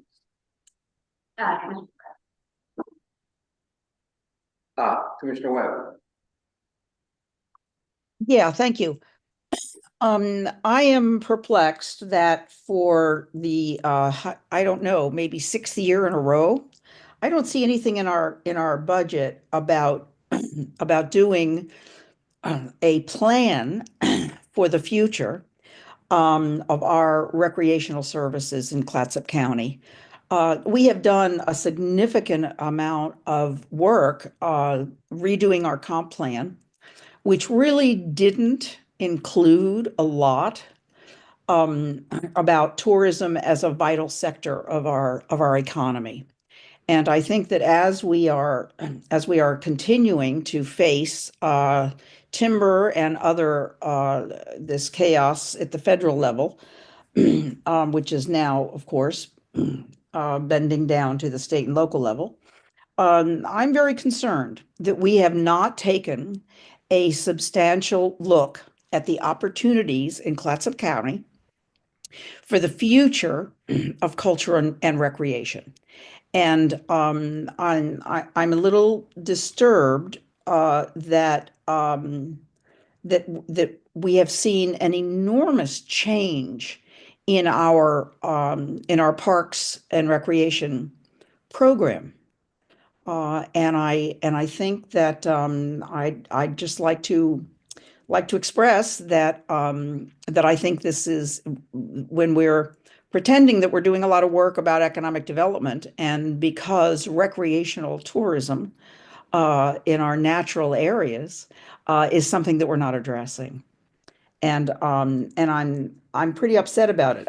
Every year I come to the board to ask that we do a plan for our Parks Department, and every year somebody decides that it's not going to happen. And I'd like to express that I'm going to start getting noisy about this. Commissioner Thompson. Well, Commissioner Webb, I appreciate your point. We've been spending a lot of time talking to the tourism industry on what's an allowable allocation of those transient tax dollars. And I thought, well, gee, wouldn't it be a good idea to take some of those and do that plan that Commissioner Webb rightly talks about? Because I think everybody wants to do it. The question, how do we pay for it? Is it allowable to use transient tax dollars to pay for that? I would have to. Probably not. Yeah, we'd have to look at that. Well, I just like us to do that. Yeah, if I can go back, we did talk about this last year, during the year, and we had talked about pursuing a grant to pay for it, and that didn't occur. And so I think that, again, for me as a county manager, with, you know, following the board's budget policies and obviously having future stability of the organization in mind, it's not in the budget right now. We have had to reduce expenditures, and we had to make some pretty tough calls to do that, to set us up for the future. I think that as we get more clarity about transient lodging tax, as we get more clarity about some of the discretion that we may have with the dedicated portion of the transit lodging tax, if we get any, the board could have conversation mid-year about what are those things. So I'm kind of going back to my repetitive statement, which is we'll be coming back mid-year to talk about a lot of things, but to get the budget where we needed to get to, there was some tough decisions made. So I don't think it takes everything off the table permanently. It just makes it so that we'll have to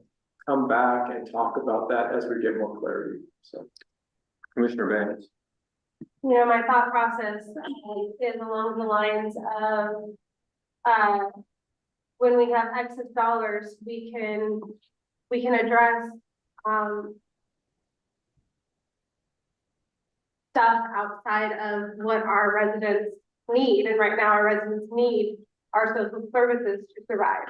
They need the core of our government to survive. And I would say that we are pretty close to a budgetary crisis. We're not at a budgetary crisis because of our amazing staff tightening their belt. And as we're facing more potential cuts, I don't see the excess, I guess, fat in the budget to dedicate to tourism, recreational areas, when at the forefront of my concerns are how are our social services surviving this budgetary constraints and the future fiscal constraints that could potentially happen to us. And so in seasons where our budget could be potentially fatter, and we have monies to spend a little bit in other areas, I feel like that would be an intelligent thing to pursue for us so that our tourists are then happy also. But right now our tourists come and we're worried about our roads and other social services that are facing those impacts. So I think that we need to shore up our social services facing the impacts of tourism before we start increasing the appeal of more visitors. I mean, we have a ton of visitors right now, and so we need to shore up our services to handle what we already receive before we need to start making ourselves more attractive to even more people.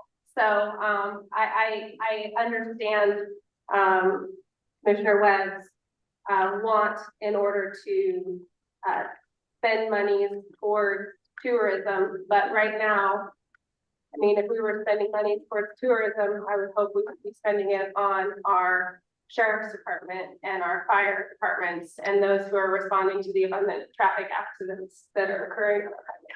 So, Commissioner McCutcheon. Just, I just have one quick comment, I interact with a lot of people out there. And one of the comments that I hear is a pretty consistent discussion, why it happens in my veteran consultant room, no idea. But about, they can't find a doctor, they can't find a professional. And I really think that the comment that I want to make is that I think the Parks and Recreation is very important to keeping our professionals here. Because we need as a county to be able to provide things to do outside of work, other than going to bars and restaurants. And one of the things that I personally would like to see, and I don't know that this is ever going to be possible, but I would love to see the aquatic center become a county facility as opposed to a city. I don't know that that's possible. I think as a county revenue, it would help keep our professionals here. And I don't know if that's in this kind of area of the budget or not, but it's something that I hear consistently in my consulting about. just as a matter of fact, the aquatic center loses money, loses hundreds of thousands of dollars a year. And I may be way off base here, I don't know.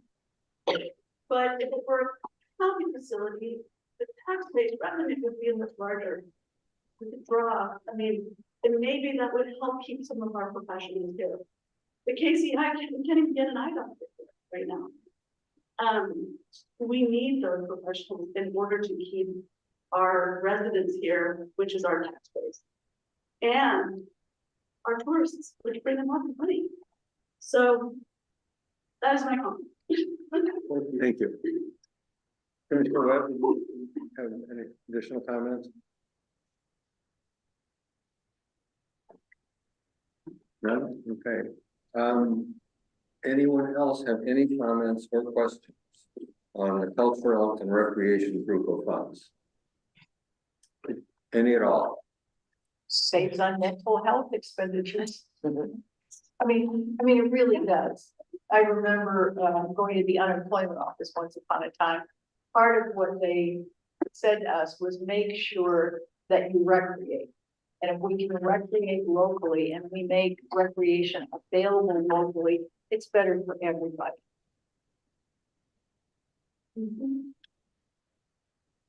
And I'd like to pay with it. But those transient occupancy tax dollars, if at all possible. Commissioner Webb has her hand up. Yeah, Commissioner Webb, do you have additional comments? Yes, I do.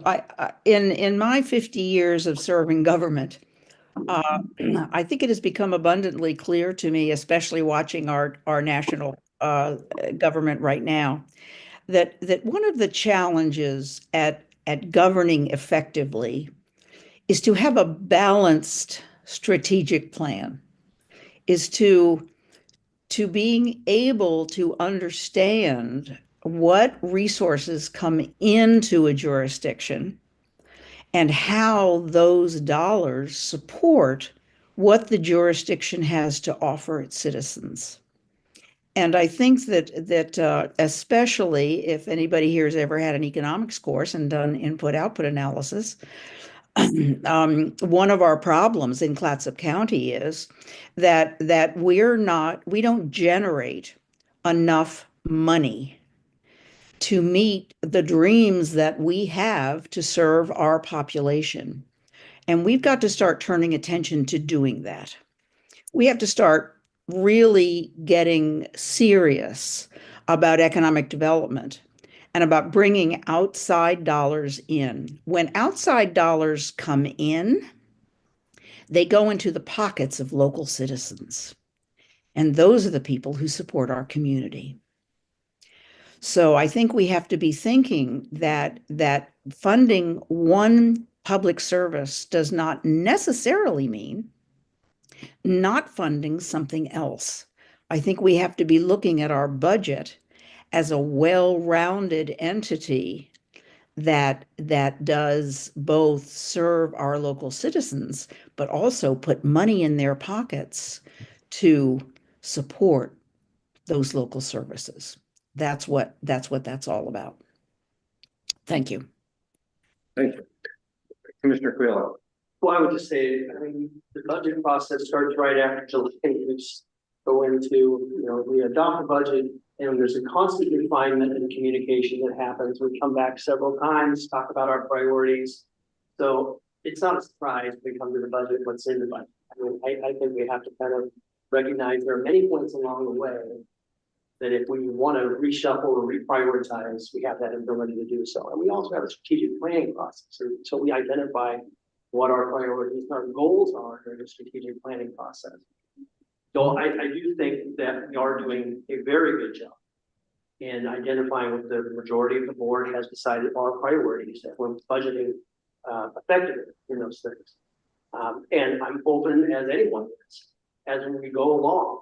If we think we need to start changing or doing something differently, I think everyone's open to that. But this has been a very transparent process, so I don't want to sound like, this has been mentioned and somehow it's been covered up. We talk about it openly all the time in public meetings. So that's what we have to kind of remember, is that everybody's participating in this. We're all making decisions about what we think is important. And it's reflected in this budget. It's been a very good process year after year. And I do appreciate the job that Andrew and Monica have done. And Don, of course. Commissioner Banks. And in regards to Commissioner Thompson's transient lodging tax comments, we've seen some potential at the state level for more flexibility. And I think that For the first time in 22 years. for the first time in 22 years. And that's amazing. And so our whole world and how we budget can change Exactly. at the end of session, potentially, with transient lodging tax changes, because that would change our fiscal outlooks on how we are able to spend the dollars that we receive from tourism. And we could potentially spend those dollars for more tourism. And I feel like that is a very healthy manner to be spending those funds, is how do we help support tourism with those transient lodging taxes and the potential flexibility. And thank you to the chair and to Rep. Javity and to our county staff and to our CFM advocates for really auguring into those potential changes. And I'm hopeful. So Yeah, there have been a lot of people working very hard to try to promote this change in the transient lodging tax and promote flexibility and encourage a way that we can make it work better for our needs as a county. So I do appreciate everything that's been done from the staff, from commissioners that have been testifying, and then also from CFM advocates. They've been doing a great job. Other comments? Questions? Can we break so we can get a little? Hearing and seeing none. We're just about We done. will We're just about done, right? We want to move get done, to then we gotta start. one last opportunity for comments from any members of the public, either online, if there is anyone online, or in person. Anyone?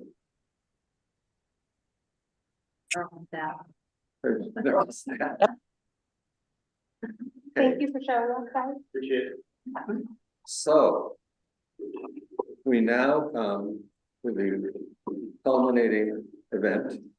We need a motion to approve the budget with a tax rate of 0.7195 per thousand and 0.07 cents per thousand for the fairgrounds local option total levy. I'm sorry, that is the wrong tax rate. That's Yeah. that did seem like a little unusual. Or is 1.5338 Okay, so, per thousand. yeah, this is what they sent me. Yeah. So it should be, need a motion to approve the budget with a tax rate of 1.5338 per thousand and 0.07 per thousand for the fairground. Okay. As well as, a total levy for bonded indebtedness of 1,605,426. Good. Okay, so Monica Steele has stated the motion that we require. Can we get someone to make that motion? So do you want it in one? Or we just do one? If this is just one regard that the other issue. Heck, yeah, I make that motion. Okay, you That get a second. the budget, we approve the budget with a tax rate of $1.5338 per thousand and 0.07 per thousand for fairgrounds and local option with a total levy for bonded indebtedness of $1,605,426. Thank you. I second that motion. Is that Clara? No, Commissioner that was Webb. Commissioner Webb. Thank you. Okay. Any other discussion? All in favor? Aye. Any opposed? Aye. Passes unanimously.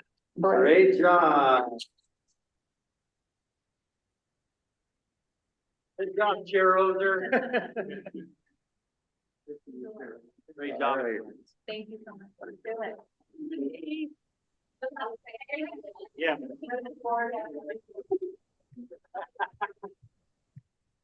You're welcome. Yeah, really. Yeah. Thank you, everyone. Thank you.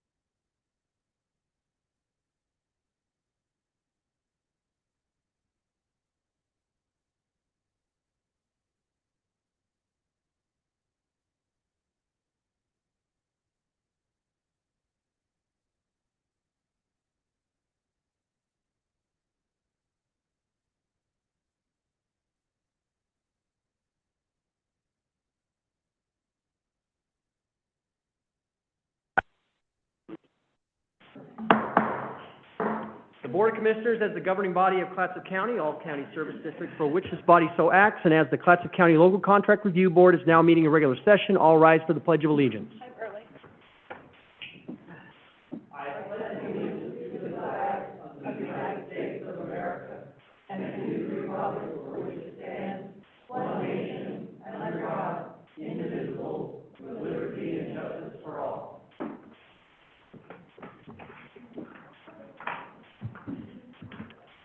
Want to welcome everybody here this evening. Clerk of the board, can we have the roll call, please? Chair Quila, Here. Vice Chair Banks. Here. Commissioner Wakua, Commissioner Wakua is excused. Commissioner Webb. Here. Commissioner Thompson. I'm here. All right. We have the agenda in front of us. Do we have any questions about the agenda? Are we ready for a motion? I move to approve. Second. Moved and seconded to approve the agenda as presented. All those in favor signify with an aye. Aye. Aye. All those opposed? Okay, motion carries. First item is a proclamation, National Maritime Day, and presenter is Jeff Smith, curator of the Columbia River Maritime Museum. Woo. Jeff, welcome. Nope. Yeah, Either go way. ahead and have a seat right there. And thanks for being here. Yeah, my pleasure. I realize I've had the privilege of coming to do this for the last 3 years. And Yeah, we in appreciate the it. past, I've waxed on about how I feel passionate about our connection to water and the oceans. And this year, I came upon a quote that I was familiar with, but it's been years since I'd looked at it, and I wanted to share that because I think it summarizes the importance of water and the ocean to our lives and our livelihood, and kind of talks to the purpose of this proclamation and the significance here in Clatsop County. So if you'll forgive me, I'll get out my phone. This was a part of a speech that was given at the America's Cup dinner in 1962 by President John F. Kennedy. And as many of you probably realize, he was very much an avid boatman and sailor and was in the Navy, so it was a subject very close to him and very personal.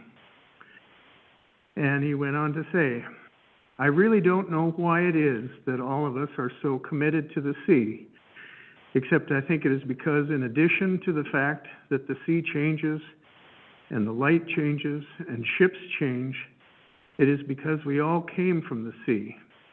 And it is an interesting biological fact that all of us have in our veins the exact same percentage of salt in our blood that exists in the ocean. And therefore, we have salt in our blood, in our sweat and our tears. We are tied to the ocean.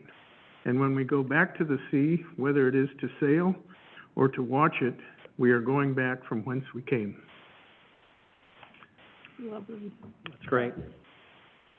Yeah, My introduction. that's a wonderful quote.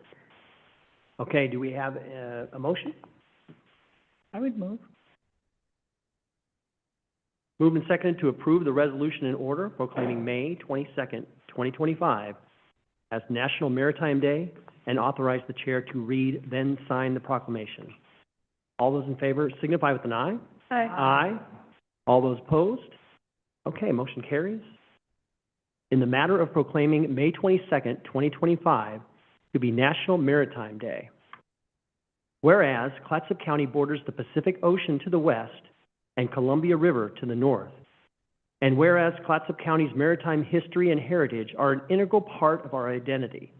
And whereas these waters and shores were home to indigenous people with a rich maritime culture and traditions long before the first Europeans arrived. And whereas the Columbia River Bar is the gateway to a maritime transportation system which carries over 56 million tons of international trade with a cargo value of at least $23 billion. And whereas the Port of Astoria is a critical economic driver serving the cruise ship, commercial fishing, and seafood processing, recreational boating, tourism, and other industries of benefit to the entire county. And whereas the United States Coast Guard home ports the cutters David Duran and Florence Finch, along with buoy tender Elm and Aids to Navigation Team Astoria in our county. And whereas the Columbia River Maritime Museum in Astoria exposes over 115,000 visitors annually to our rich maritime heritage. And whereas commercial fishing accounts for over 13% of earned income in Clatsop County and supports a significant number of related industries. And whereas boat building and repair are key growing local industries requiring skilled blue-collar workers. And whereas the Department of Labor Tongue Point Job Corps Center Seamanship Program and Clatsop Community College Maritime Science Program provide professional training for critical maritime jobs. Now, therefore, be it hereby resolved that the Clatsop County Board of Commissioners does hereby proclaim May 22nd, 2025 as National Maritime Day in Clatsop County and invites community members to observe this day and celebrate with appropriate programs, ceremonies, and activities. Dated this 14th day of May, 2025, Clatsop County Board of Commissioners. Thank you very much, Jeff. We appreciate having you back every year. Could I My say pleasure. one thing, Mr. Yes, Chair? Commissioner Thompson. Thank you, sir. I would just like to express the appreciation for myself and for the commissioners who visited Clatsop County as part of the Commissioner Exchange Program, going to the Maritime Museum and being welcomed by your director and several staff people and touring. They left just over the moon praising you, and they took jackets with them that they brought. So thanks again for that. It was a Thank nice you, Mr. day. Thank you, Commissioner Thompson. Thank you very much, Jeff. Thank you. Next is a proclamation, Emergency Medical Services Week, and Jen Munson, Emergency Management Community Engagement Coordinator, and Amazing Rain, Meredith's paramedic. Thank you both for being here. Good evening, Commissioners. Happy EMS Week. Thank you for considering the secondary proclamation this evening. So EMS Week is National Emergency Medical Services Week, and it's celebrated from May 18th until the 24th this year, and it honors the dedicated emergency medical professionals who provide life-saving care every day. One of those professionals is Amazing Rain, and I've invited her here to share her insights and her perspective on the work. A few more pieces of context before I turn it over. In rural areas like on the North Coast, EMS staff play a vital role in responding to emergencies across challenging landscapes, and I don't have to tell you that. For example, during summer months, coastal towns like Seaside and Cannon swell with thousands of visitors, increasing EMS call volumes to capacity. Meanwhile, many other residents in areas like Jewel or Napa live in remote forested regions along winding, flood-prone roads that can delay ambulance response times and strain resources. Compounding these issues, the county lies within the Cascadia subduction zone. You know this as well, making it susceptible to devastating earthquakes and tsunamis that could sever transportation routes, isolate communities, and overwhelm already limited medical infrastructure. All of these challenges underscore the critical need for robust, resilient, and well-coordinated EMS systems here on the North Coast. My guest tonight, a local paramedic with medics, embodies that very resilience. As part of EMS Week, we invited representatives from local fire departments and medics to recognize the outstanding individuals who make a difference every day. The Venerable Mike Sahlberg, who has joined us here today, responded from medics and nominated Amazing Rain, whose dedication and personal experience reflect her deep commitment to ensuring Clatsop County residents receive exceptional care in times of crisis. Amazing, would you like to take it from here? Thank you, Jen. Commissioners, forgive me, I'm going to read. I'm exhausted. Being here tonight as a representative for something that I'm so deeply passionate about is truly humbling. First, I want to thank J.D. Beaton for providing me the pathway to paramedic as well as so many others in Clatsop County and beyond. And Mike, thank you for nominating me for this recognition. There are so many who have contributed to me being the provider that I am today. I want to thank my clinical and internship preceptors. The list of people I want to thank would be keeping us here all night, but I do, however, have to specifically specifically acknowledge someone who saw potential in me as a green and anxious newbie and gave her time, patience, and energy to mentor me. Robin Newton, your mentorship was invaluable. You taught me not just the protocols and procedures, but the awareness, the critical thinking, rapport building, and unshakable calm that truly defines excellent pre-hospital medicine. Robin, thank you so very much for believing in me and encouraging me when I had no doubts. This moment is not just for me. It belongs to the brave individuals who answer the calls day in and day out, often facing unimaginable circumstances. It belongs to the dispatchers who answer the phones, the law enforcement officers who stand between us and danger, the firefighters who not only combat fire, but frequently provide pre-hospital care, and especially tonight for EMS Week, this moment belongs to the volunteer first responders. These volunteers are our neighbors, our friends, our family members who dedicate their precious time and energy, and often their own resources, to be there at our most critical moments of need. They train tirelessly and sacrifice personal time. They pour their hearts into serving their communities without expecting a paycheck in return. Their dedication is the purest form of selfless service, and it is the bedrock of emergency response in our area. We owe them an immeasurable debt of gratitude. Within this remarkable community, I want to recognize the women who are increasingly stepping into these vital roles. Women EMDs, EMTs, paramedics, firefighters, emergency room nurses, and doctors throughout every department, everywhere. We are everywhere. We're breaking down barriers, demonstrating resilience, empathy, sharp intellect, and undeniable skill that elevate the entire team. And we bring unique perspective with unwavering dedication to a field that has historically been male-dominated. It's an absolute joy and inspiration to work shoulder to shoulder with the many women of Clatsop County, EMS, tackling challenges and making a real difference together. And to any young woman watching or listening to this, know that you too can be a leading light. Your strength, your compassion, and your perspicacity are fundamentally vital. We all know that no single responder works in a vacuum, and the seamless coordination between dispatchers, firefighters, paramedics, and law enforcement is what truly makes our system effective. I'm a transplant to Clatsop County, and I admit it was something to adjust to living in Clatsop. We face unique challenges being rural with those annual influxes that Jen mentioned, and our resources that we have here often don't meet the needs for the high level of care that people need. I've had numerous experiences which showcase our ability to work together. It's a rare that I am the first person to arrive on the scene, whether it's someone's home or a motor vehicle accident in the street. But I have hiked with fire departments to the patient's side. I've stood by the water waiting for rescue teams to bring me the patient. And I've worked codes and traumas with fire and law enforcement, and together we have stabilized and loaded patients into helicopters or transported them as a team to local emergency departments. EMS is a community within a community in Clatsop County. EMS has displayed incredible cooperation and coordination throughout divisions and systems, providing mutual aid and always placing safety and patient care first. Additionally, we face the weather challenges presented by our weather patterns out here. It's not always safe to fly in and out. And when a patient requires that higher level of care, the clock does not stop. This means we often take patients by ground on trips greater than 2 hours. These patients often require high-level medical management throughout.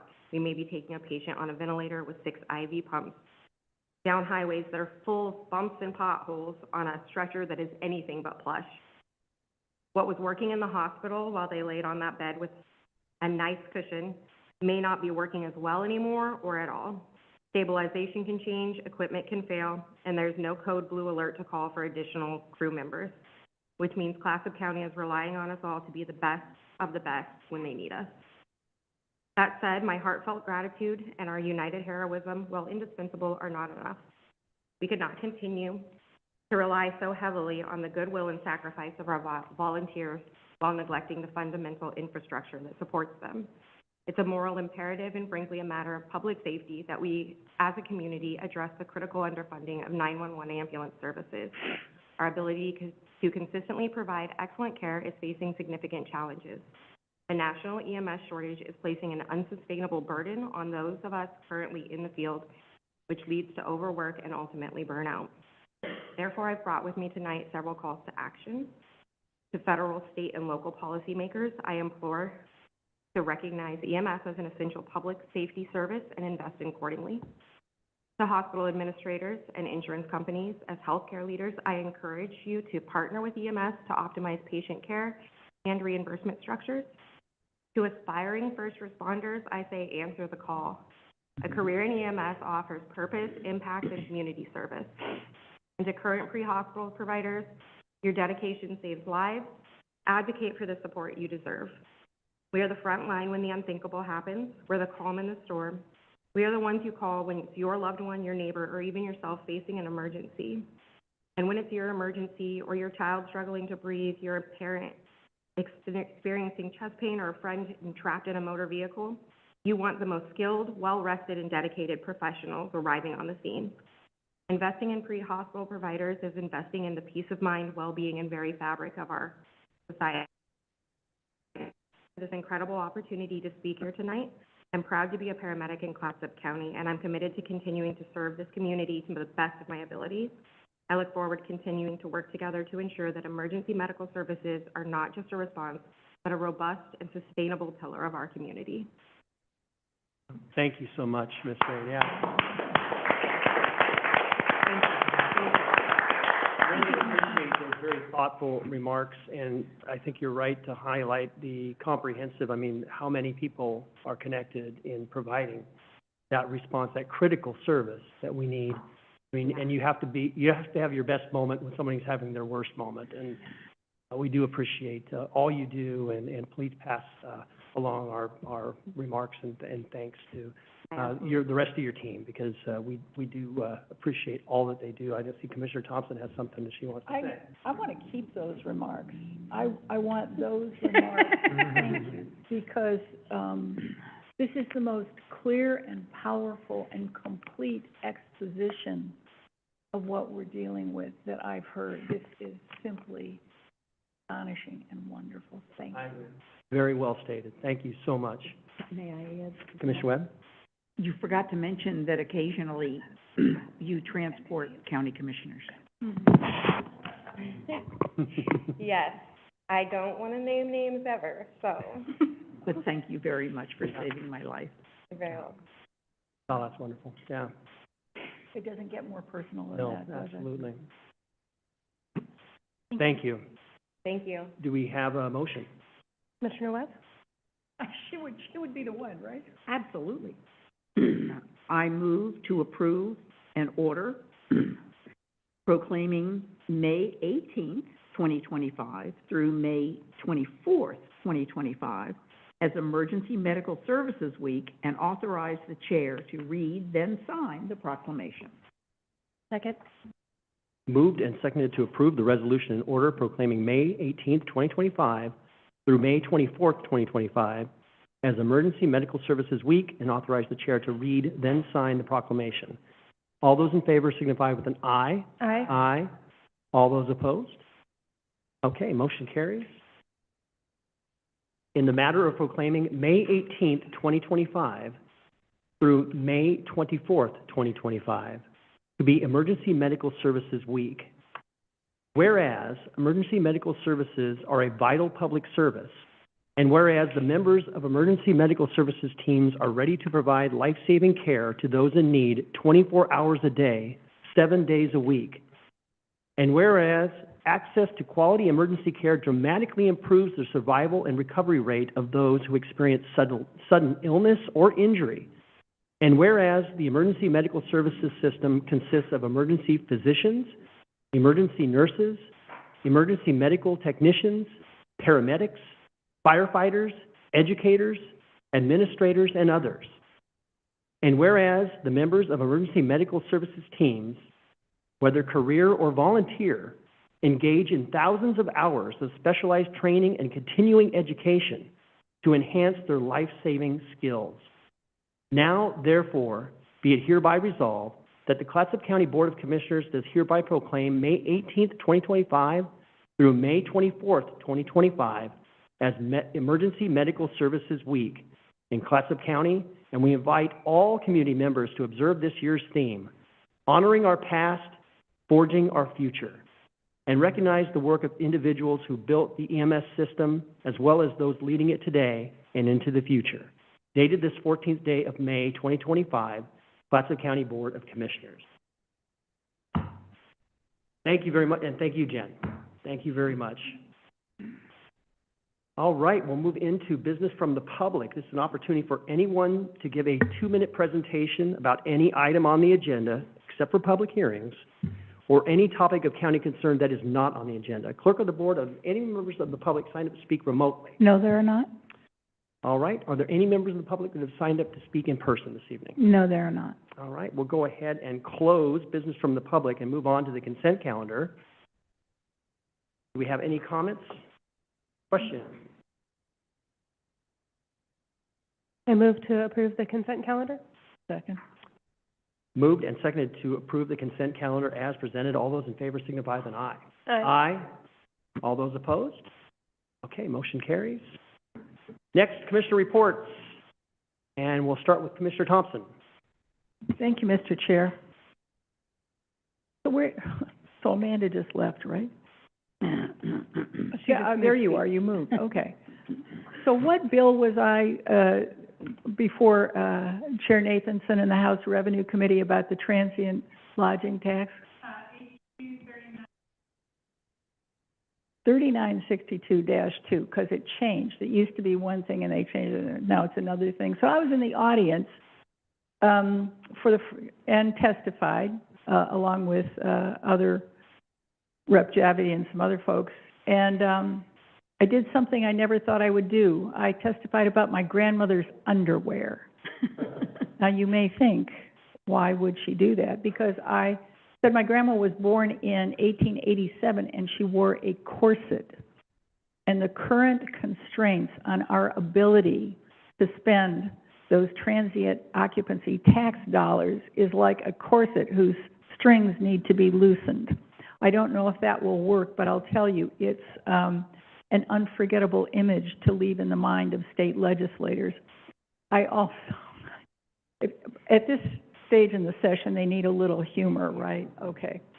I also spoke to do some inviting to the government affairs director at Orla, because even if we can push this bill through immediately, I expect Orla to come back at us and try and regain the absolute control they have over how much money they get and how they spend it and how we spend it.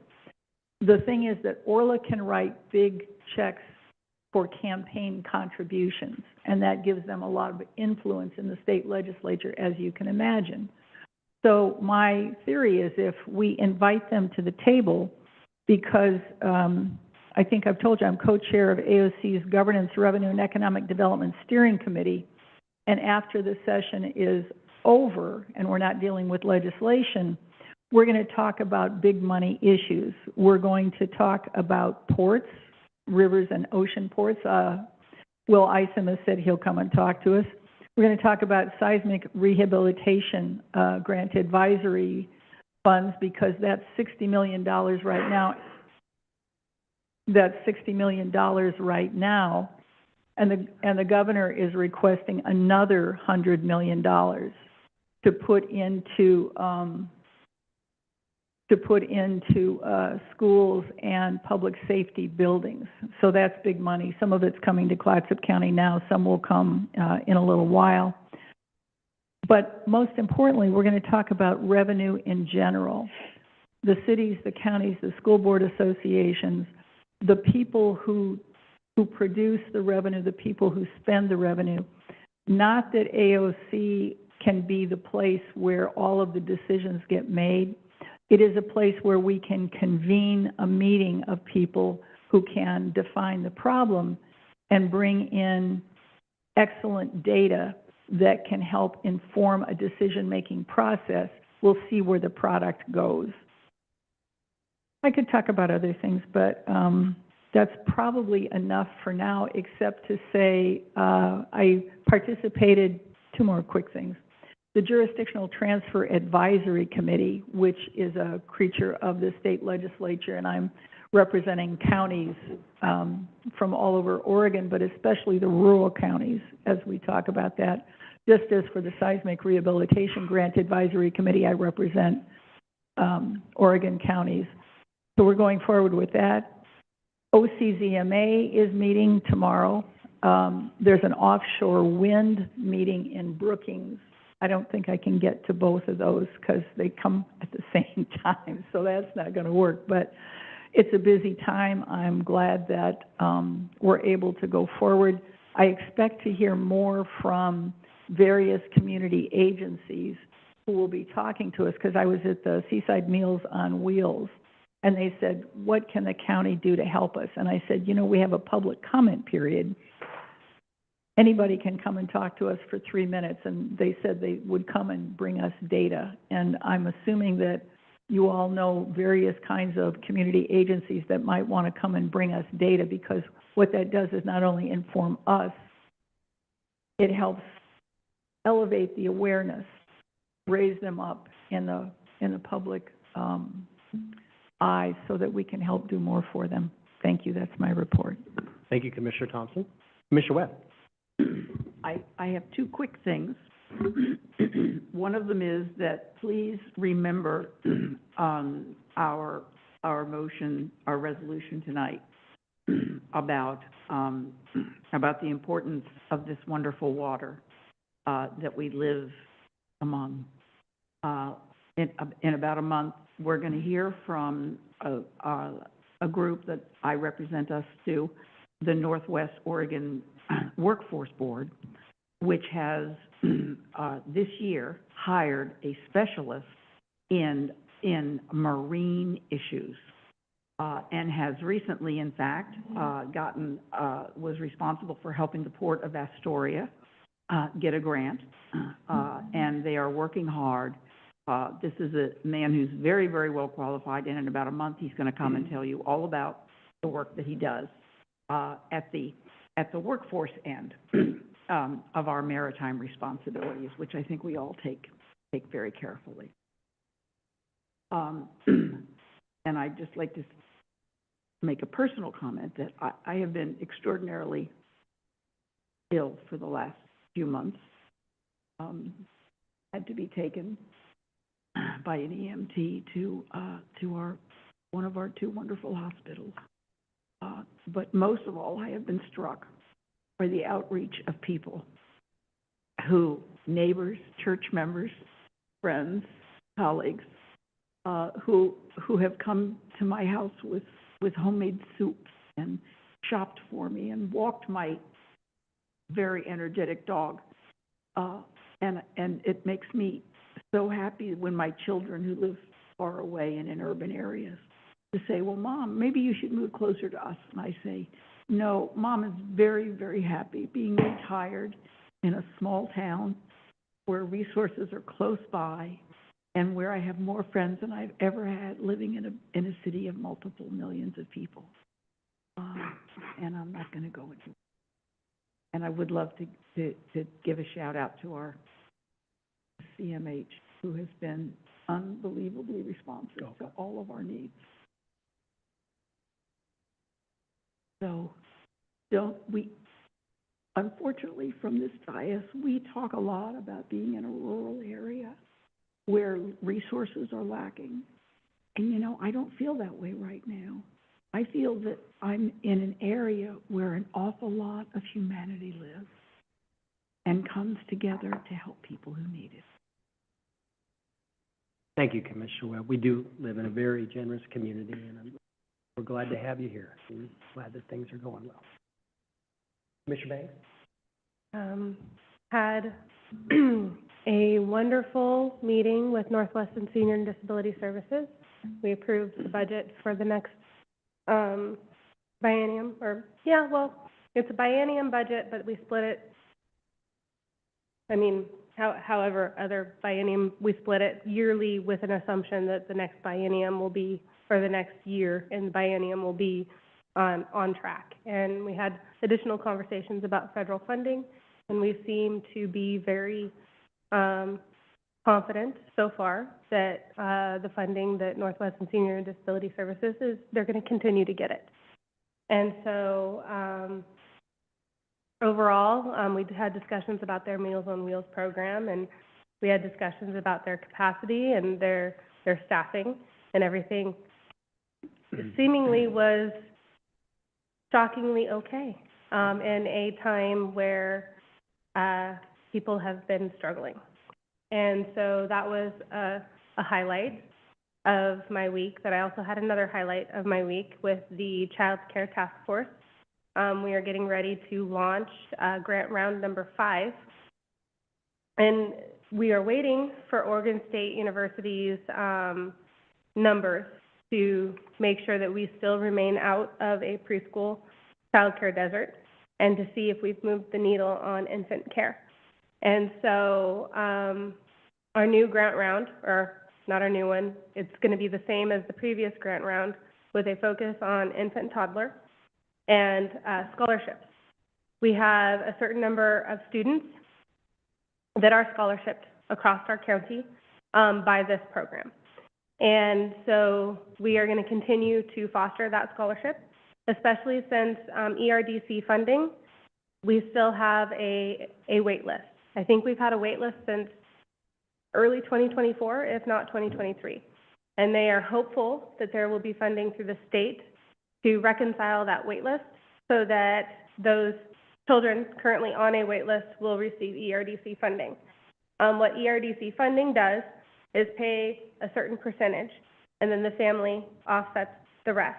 And that certain percentage it changes. It changes like everything in our world changes, but 75 to 85% is paid by ERDC, and then the rest is accounted for by the family, and or other resources. And so we are hopeful in this next budgetary season through the state that they are able to allocate funding to reconcile that ERDC situation.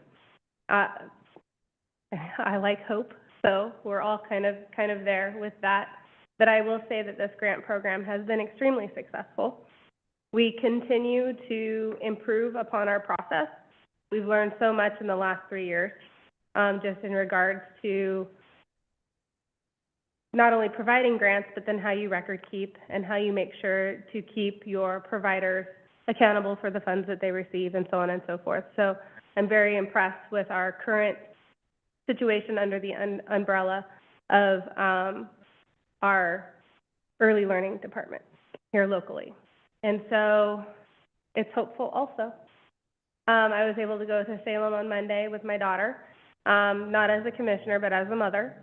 And she visited with a number of legislators regarding pediatric mental health and just regarding what can they do for our kids and our community.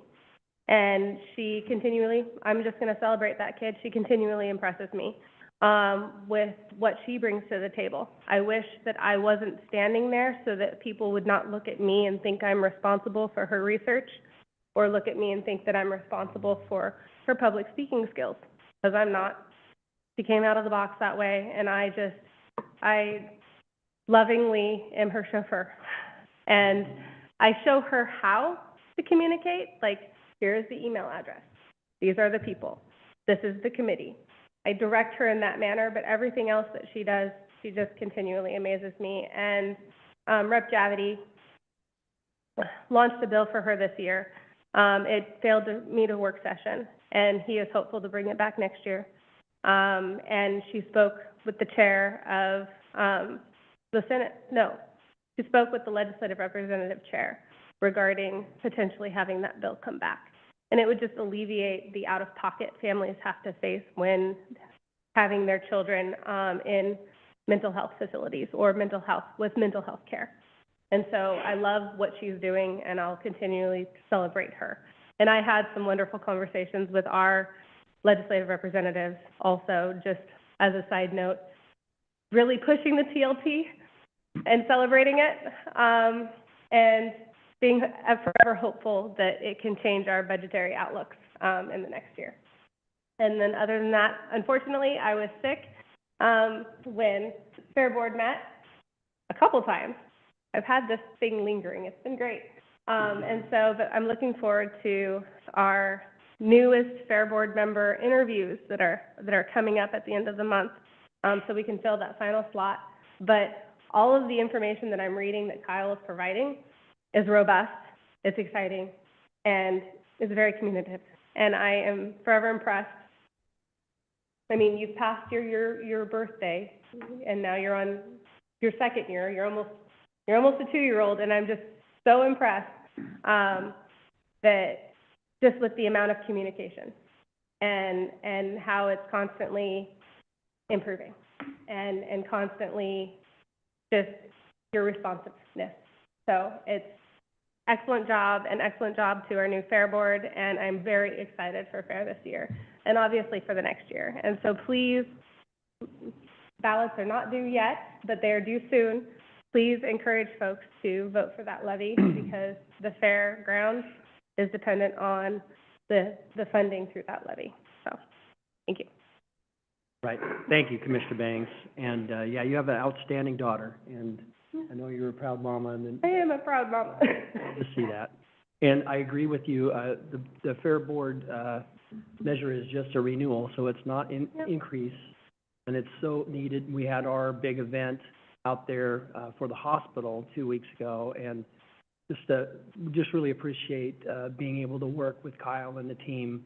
It's a great facility, and it's a great, group out there, and couldn't ask for a better place to have our Diamond Derby event over the last 2 years. What a gem for tourism. I mean, the Seafood and Wine Fest was a great success. Yeah. I'm sorry to interrupt. No, I agree. The Seafood and Wine Fest, great success, you know, and then we have the Scandinavian Festival. I mean, it's not just our fair. It's all, those things are traditions that bring people to our community very successfully. Like, hotels were packed. Yep. So. No, I agree. And I also wanted to credit Amanda Ravenchuk with all of her hard work over the last couple of weeks. I mean, things are moving fast in Salem, and there's been a lot of movement, whether it's TLT or the HOAs, and county manager's been involved in a lot of calls over the last week.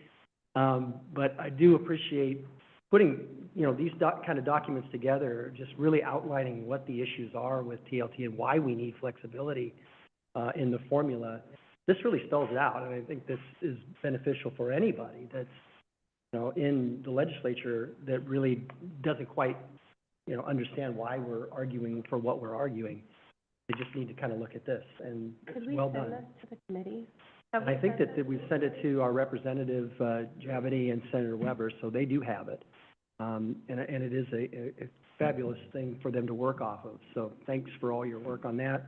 And thanks to our team for keeping on top of the developments in Salem. I think that was all I was going to say, wasn't I? Yeah, I guess so. Commissioner Thompson. There were 70 people signed up to testify about that bill. Mm-hmm. And the only municipal or county people who were for Orla's position were our Curry County folks. Yeah. Sorry, Coos County folks, Yeah, not he Curry. testified at the last one. So the idea is, what's their economic development situation that they would be inclined to do that, even though the bill is permissive? It doesn't demand that certain things happen, but it only gives us the ability to allow it. And even that's too much for Orla. So I think we're going to keep on working on it. I stayed in the hearing room afterward because Rep. Helm has a bill to add 1% to the state tourism tax to pay for wildlife. And as the director, the executive director of Oregon Fish and Wildlife pointed out, the only way they make money is to kill things. This money would give them the ability to use money to save the lives of wildlife all over Oregon, that proposed 1%. So I think we're seeing, I don't know if groundswell is the right word. It may be too hopeful, but Orla has had a very strict control over those tourism tax dollars, and there's such a need. Yeah. So I think the momentum is there. I think Chair Nathanson is a reasonable person, and I think she'll be willing to listen to working it out now and later. And I'm glad that we're all having something to say about it to help move that forward so we get that flexibility in those loosened corset strings. Yep, I agree. And again, credit to our county manager and to Representative Javy and Senator Weber that continue to have those discussions with Chair Nathanson. And I think the only other thing I wanted to mention was with the budget process, I just really appreciate how smooth it goes and having those questions in advance submitted, and then very thoughtful responses by our finance director and our assistant county manager. Just really pleased that it just seems to improve year after year. And that's a big accomplishment to get through that budget. And I thought it went so well tonight, and just appreciate the work of the lay members of the budget committee, and of course Chair Ozer, who has been our chair the last few years and done a fantastic job, and the commission as well. I mean, it is a lot to try to take on, and we do it, I think, fairly efficiently. And I'm real pleased that we can say with pride, that we've done a fantastic job budgeting conservatively each year. I mean, being efficient in what we're providing, and then it's always defensible. I mean, there's not a question that's asked that can't be readily answered. And so kudos to Monica, to Andrew, and our county manager. I just really appreciate your efforts. And that's all I have. County manager. Chair Whalen, members of the board, just to follow up on the budget, I think, these are continually learning processes, and so the budget process does evolve every year, and we take input certainly from your board, from budget committee members, but we also read the tea leaves on what's happening at the state level, the federal level, and there's just a lot of staff effort and staff input that goes into that, but really the input goes beyond that. It's our stakeholders, our partners. We get a lot of feedback about the services, service levels, and I think we're at kind of a inflection point with a lot of things right now, and the progress that we're seeing in elevating the TLT discussion to a point where we're not advocating for it by ourselves is very monumental. And I think staff has done, good work, but the board has done amazing work supporting us as we do that. And I think we're fortunate to have the support of our legislators also. But I think the message is resonating well beyond the North Coast.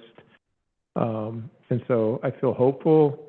Though we all know legislative processes, so we're going to keep our fingers crossed at the same time. But I think the strategy of having us tee up a 2-cent increase, if they don't do anything, also positions us for success. So I want to thank the board for your tactical leadership also. And really, that's all that I have. There's a lot going on right now. I think a lot of it's positive, but moving forward at a time of just uncertainty is challenging. And so I don't think the challenges are behind us. They're in front of us still. And so I just think that's part of what we're trying to do, is to keep as much flexibility and all of our options open as we move forward. And so I want to thank you for your support as we do that, because it's not easy. I mean, this is a difficult time for local governments, for state government, because there's just so much uncertainty. So I want to thank you. I want to thank the budget committee for all their work, staff, for their amazing work and dedication. So that's all. Thank you, County Manager. And I mean, the budget evolves throughout the year, so there's a constant communication, and we have an opportunity to make decisions throughout the year. And I know there'll be some difficult decisions coming up, but certainly it starts with the staff and the department heads and everybody. That's where it starts, bringing all of their suggestions and proposals to the table. And yes, I think you're right in characterizing that it will be challenging, but we got the right team here to meet that challenge. I'm very proud of what we have accomplished as a county. I will move on then to the business items at hand. So the business agenda starts with the Benton County jail bed lease on page 38.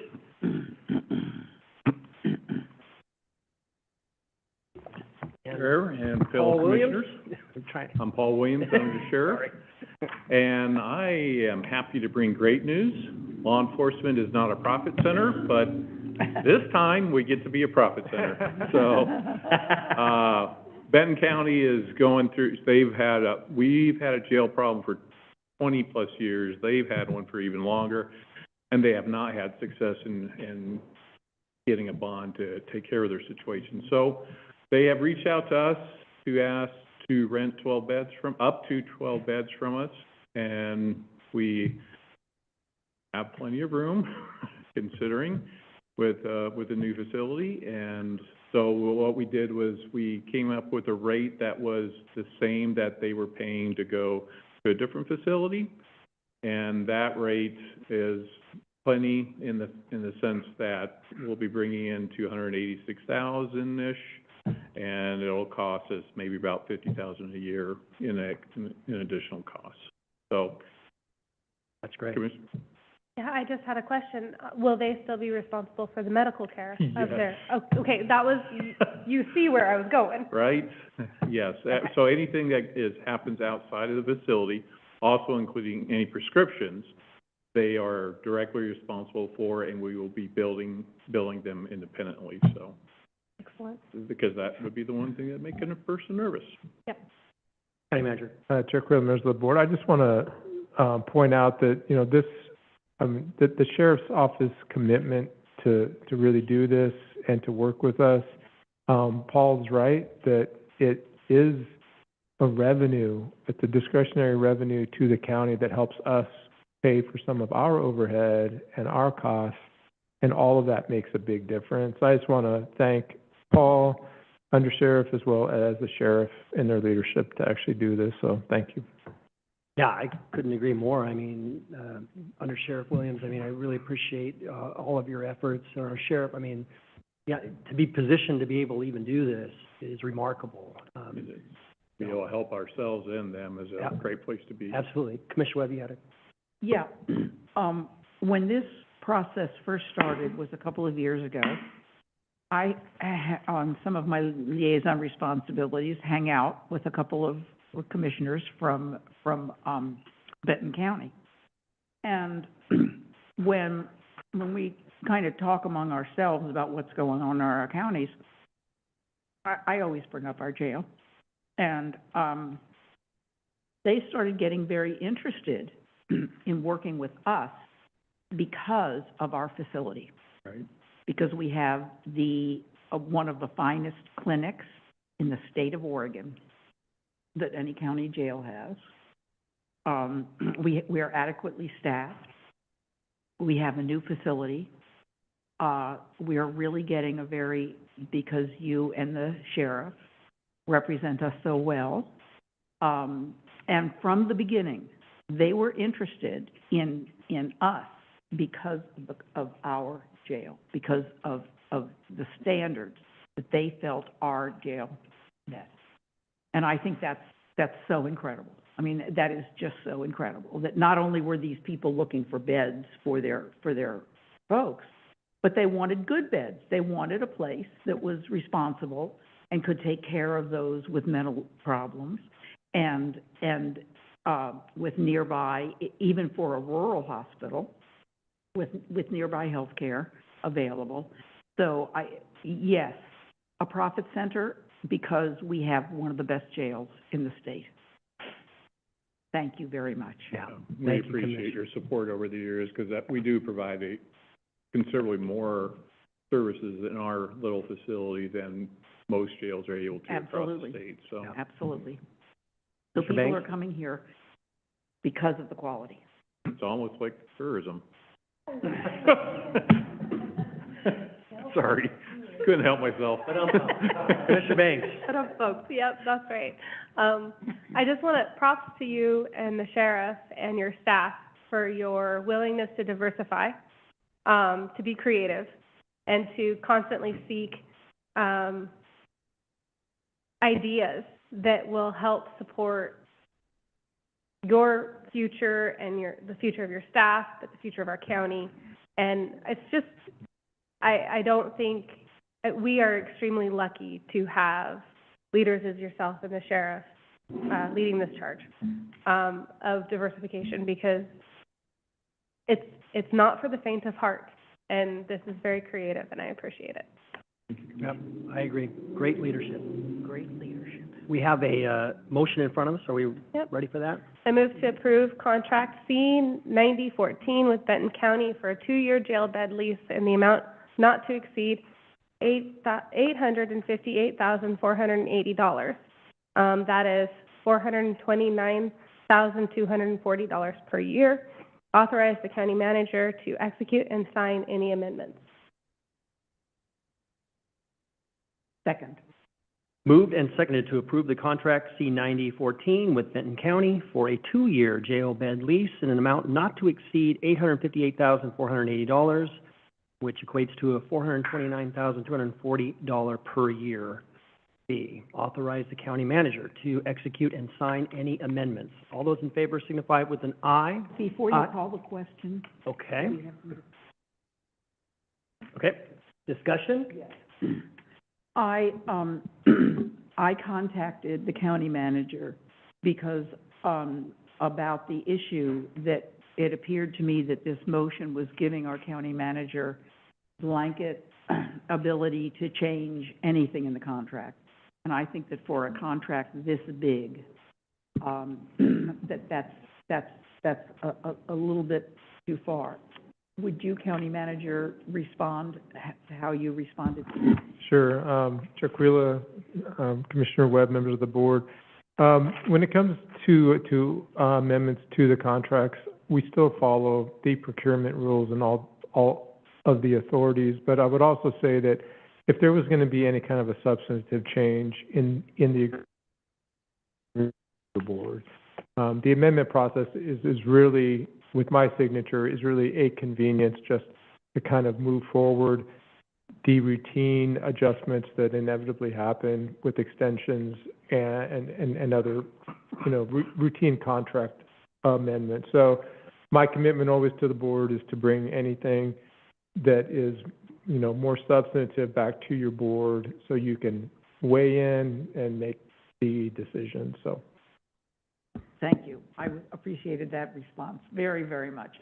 Because this is a new deal for us. This is a whole new deal.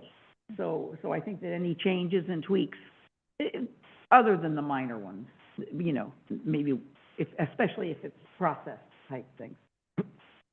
So thank you. Okay, are we ready for the question? Yes. All those in favor signify with an aye. Aye. Aye. All those opposed? Okay, motion carries. Thank you very much, Paul. Appreciate it. Great work. Great. Next is a public hearing on vacation of portion of F Street on page 44. And we have our surveyor, Vance Swenson. Thank you so much, Vance, for being here. Thank you, Chair Aquila, members of the board. It's really great to see all of you here. Some who probably had a little harder time than others to get here. My name's Vance Swenson, the county surveyor. I'm going to help you all conduct a public hearing to approve a road vacation and authorize the chair to sign the resolution order. This is the last step of a vacation process that started back on February 26th. Hey, Vance, before you get started, I do have a script here, so I got to follow my oh, sure. My Yep, script. sorry. This is the continuation of a public hearing on ordinance 25-02, clear and objective standards for housing. No, it's the item before that. No. Is it not in the script? Oh, I'm sorry. Oh, that's I apologize, Vance. I was reading the wrong one, so continue on. Okay. All right, so on February 26th, the board accepted a petition to vacate a small portion of unbuilt road in the John Day area. If you look at, I believe it's page 54 and 55, you can kind of see a map of it. This is going to be real typical to the last few we've done. So on April 9th, the county engineer presented the roadmaster's report on the consent calendar. We provided that we notified the budding property owners and advertised in the paper required by law. So the portion of the street is just a paper platted street. It hasn't been built. The only real unique thing about this one is it provides access to the John Day River or a branch of the river. And so there's a planning goal 16 and 17 that says if you eliminate public access to a river, you have to provide the same width of access somewhere else. So fortunately, the owners, the way they own the land, they could dedicate some just to the south that actually made the vacation portion better usable for, I believe, house building. And then the southerly portion actually serves an access to the river better, closer. So with that, this public hearing is the final step in the process. And the fiscal impact is none. The petitioners have paid the fee. I guess I forgot to mention that there are a couple of deeds of dedication that have been signed by the two petitioners for the new road dedication. Teresa has those. I believe the chair. And they're in the can sign. packet. There's an acceptance line to sign. Everything else is ready to go. With Great. that, are there any questions? Thank you very much, Vance. After I tried to throw you off your game, you did No. a fantastic job presenting. Any questions for our county surveyor? Great report. Great, good work. Okay. Are we ready for a motion? Move to approve the resolution in order vacating a portion of F Street and authorize the board chair to sign the resolution in order. Second. Moved and seconded to approve the resolution in order vacating a portion of F Street and authorizing the board chair to sign the resolution in order. All those in favor signify with an aye. Aye. Aye. All those opposed? So this is the second hearing. Yep, this is it. All right, thank you. Thank you very much. Great evening. Thank you, Vance. And now we go to ordinance 25-02, clear and objective standards for housing on page 59. Gail Henriksen, our community development director.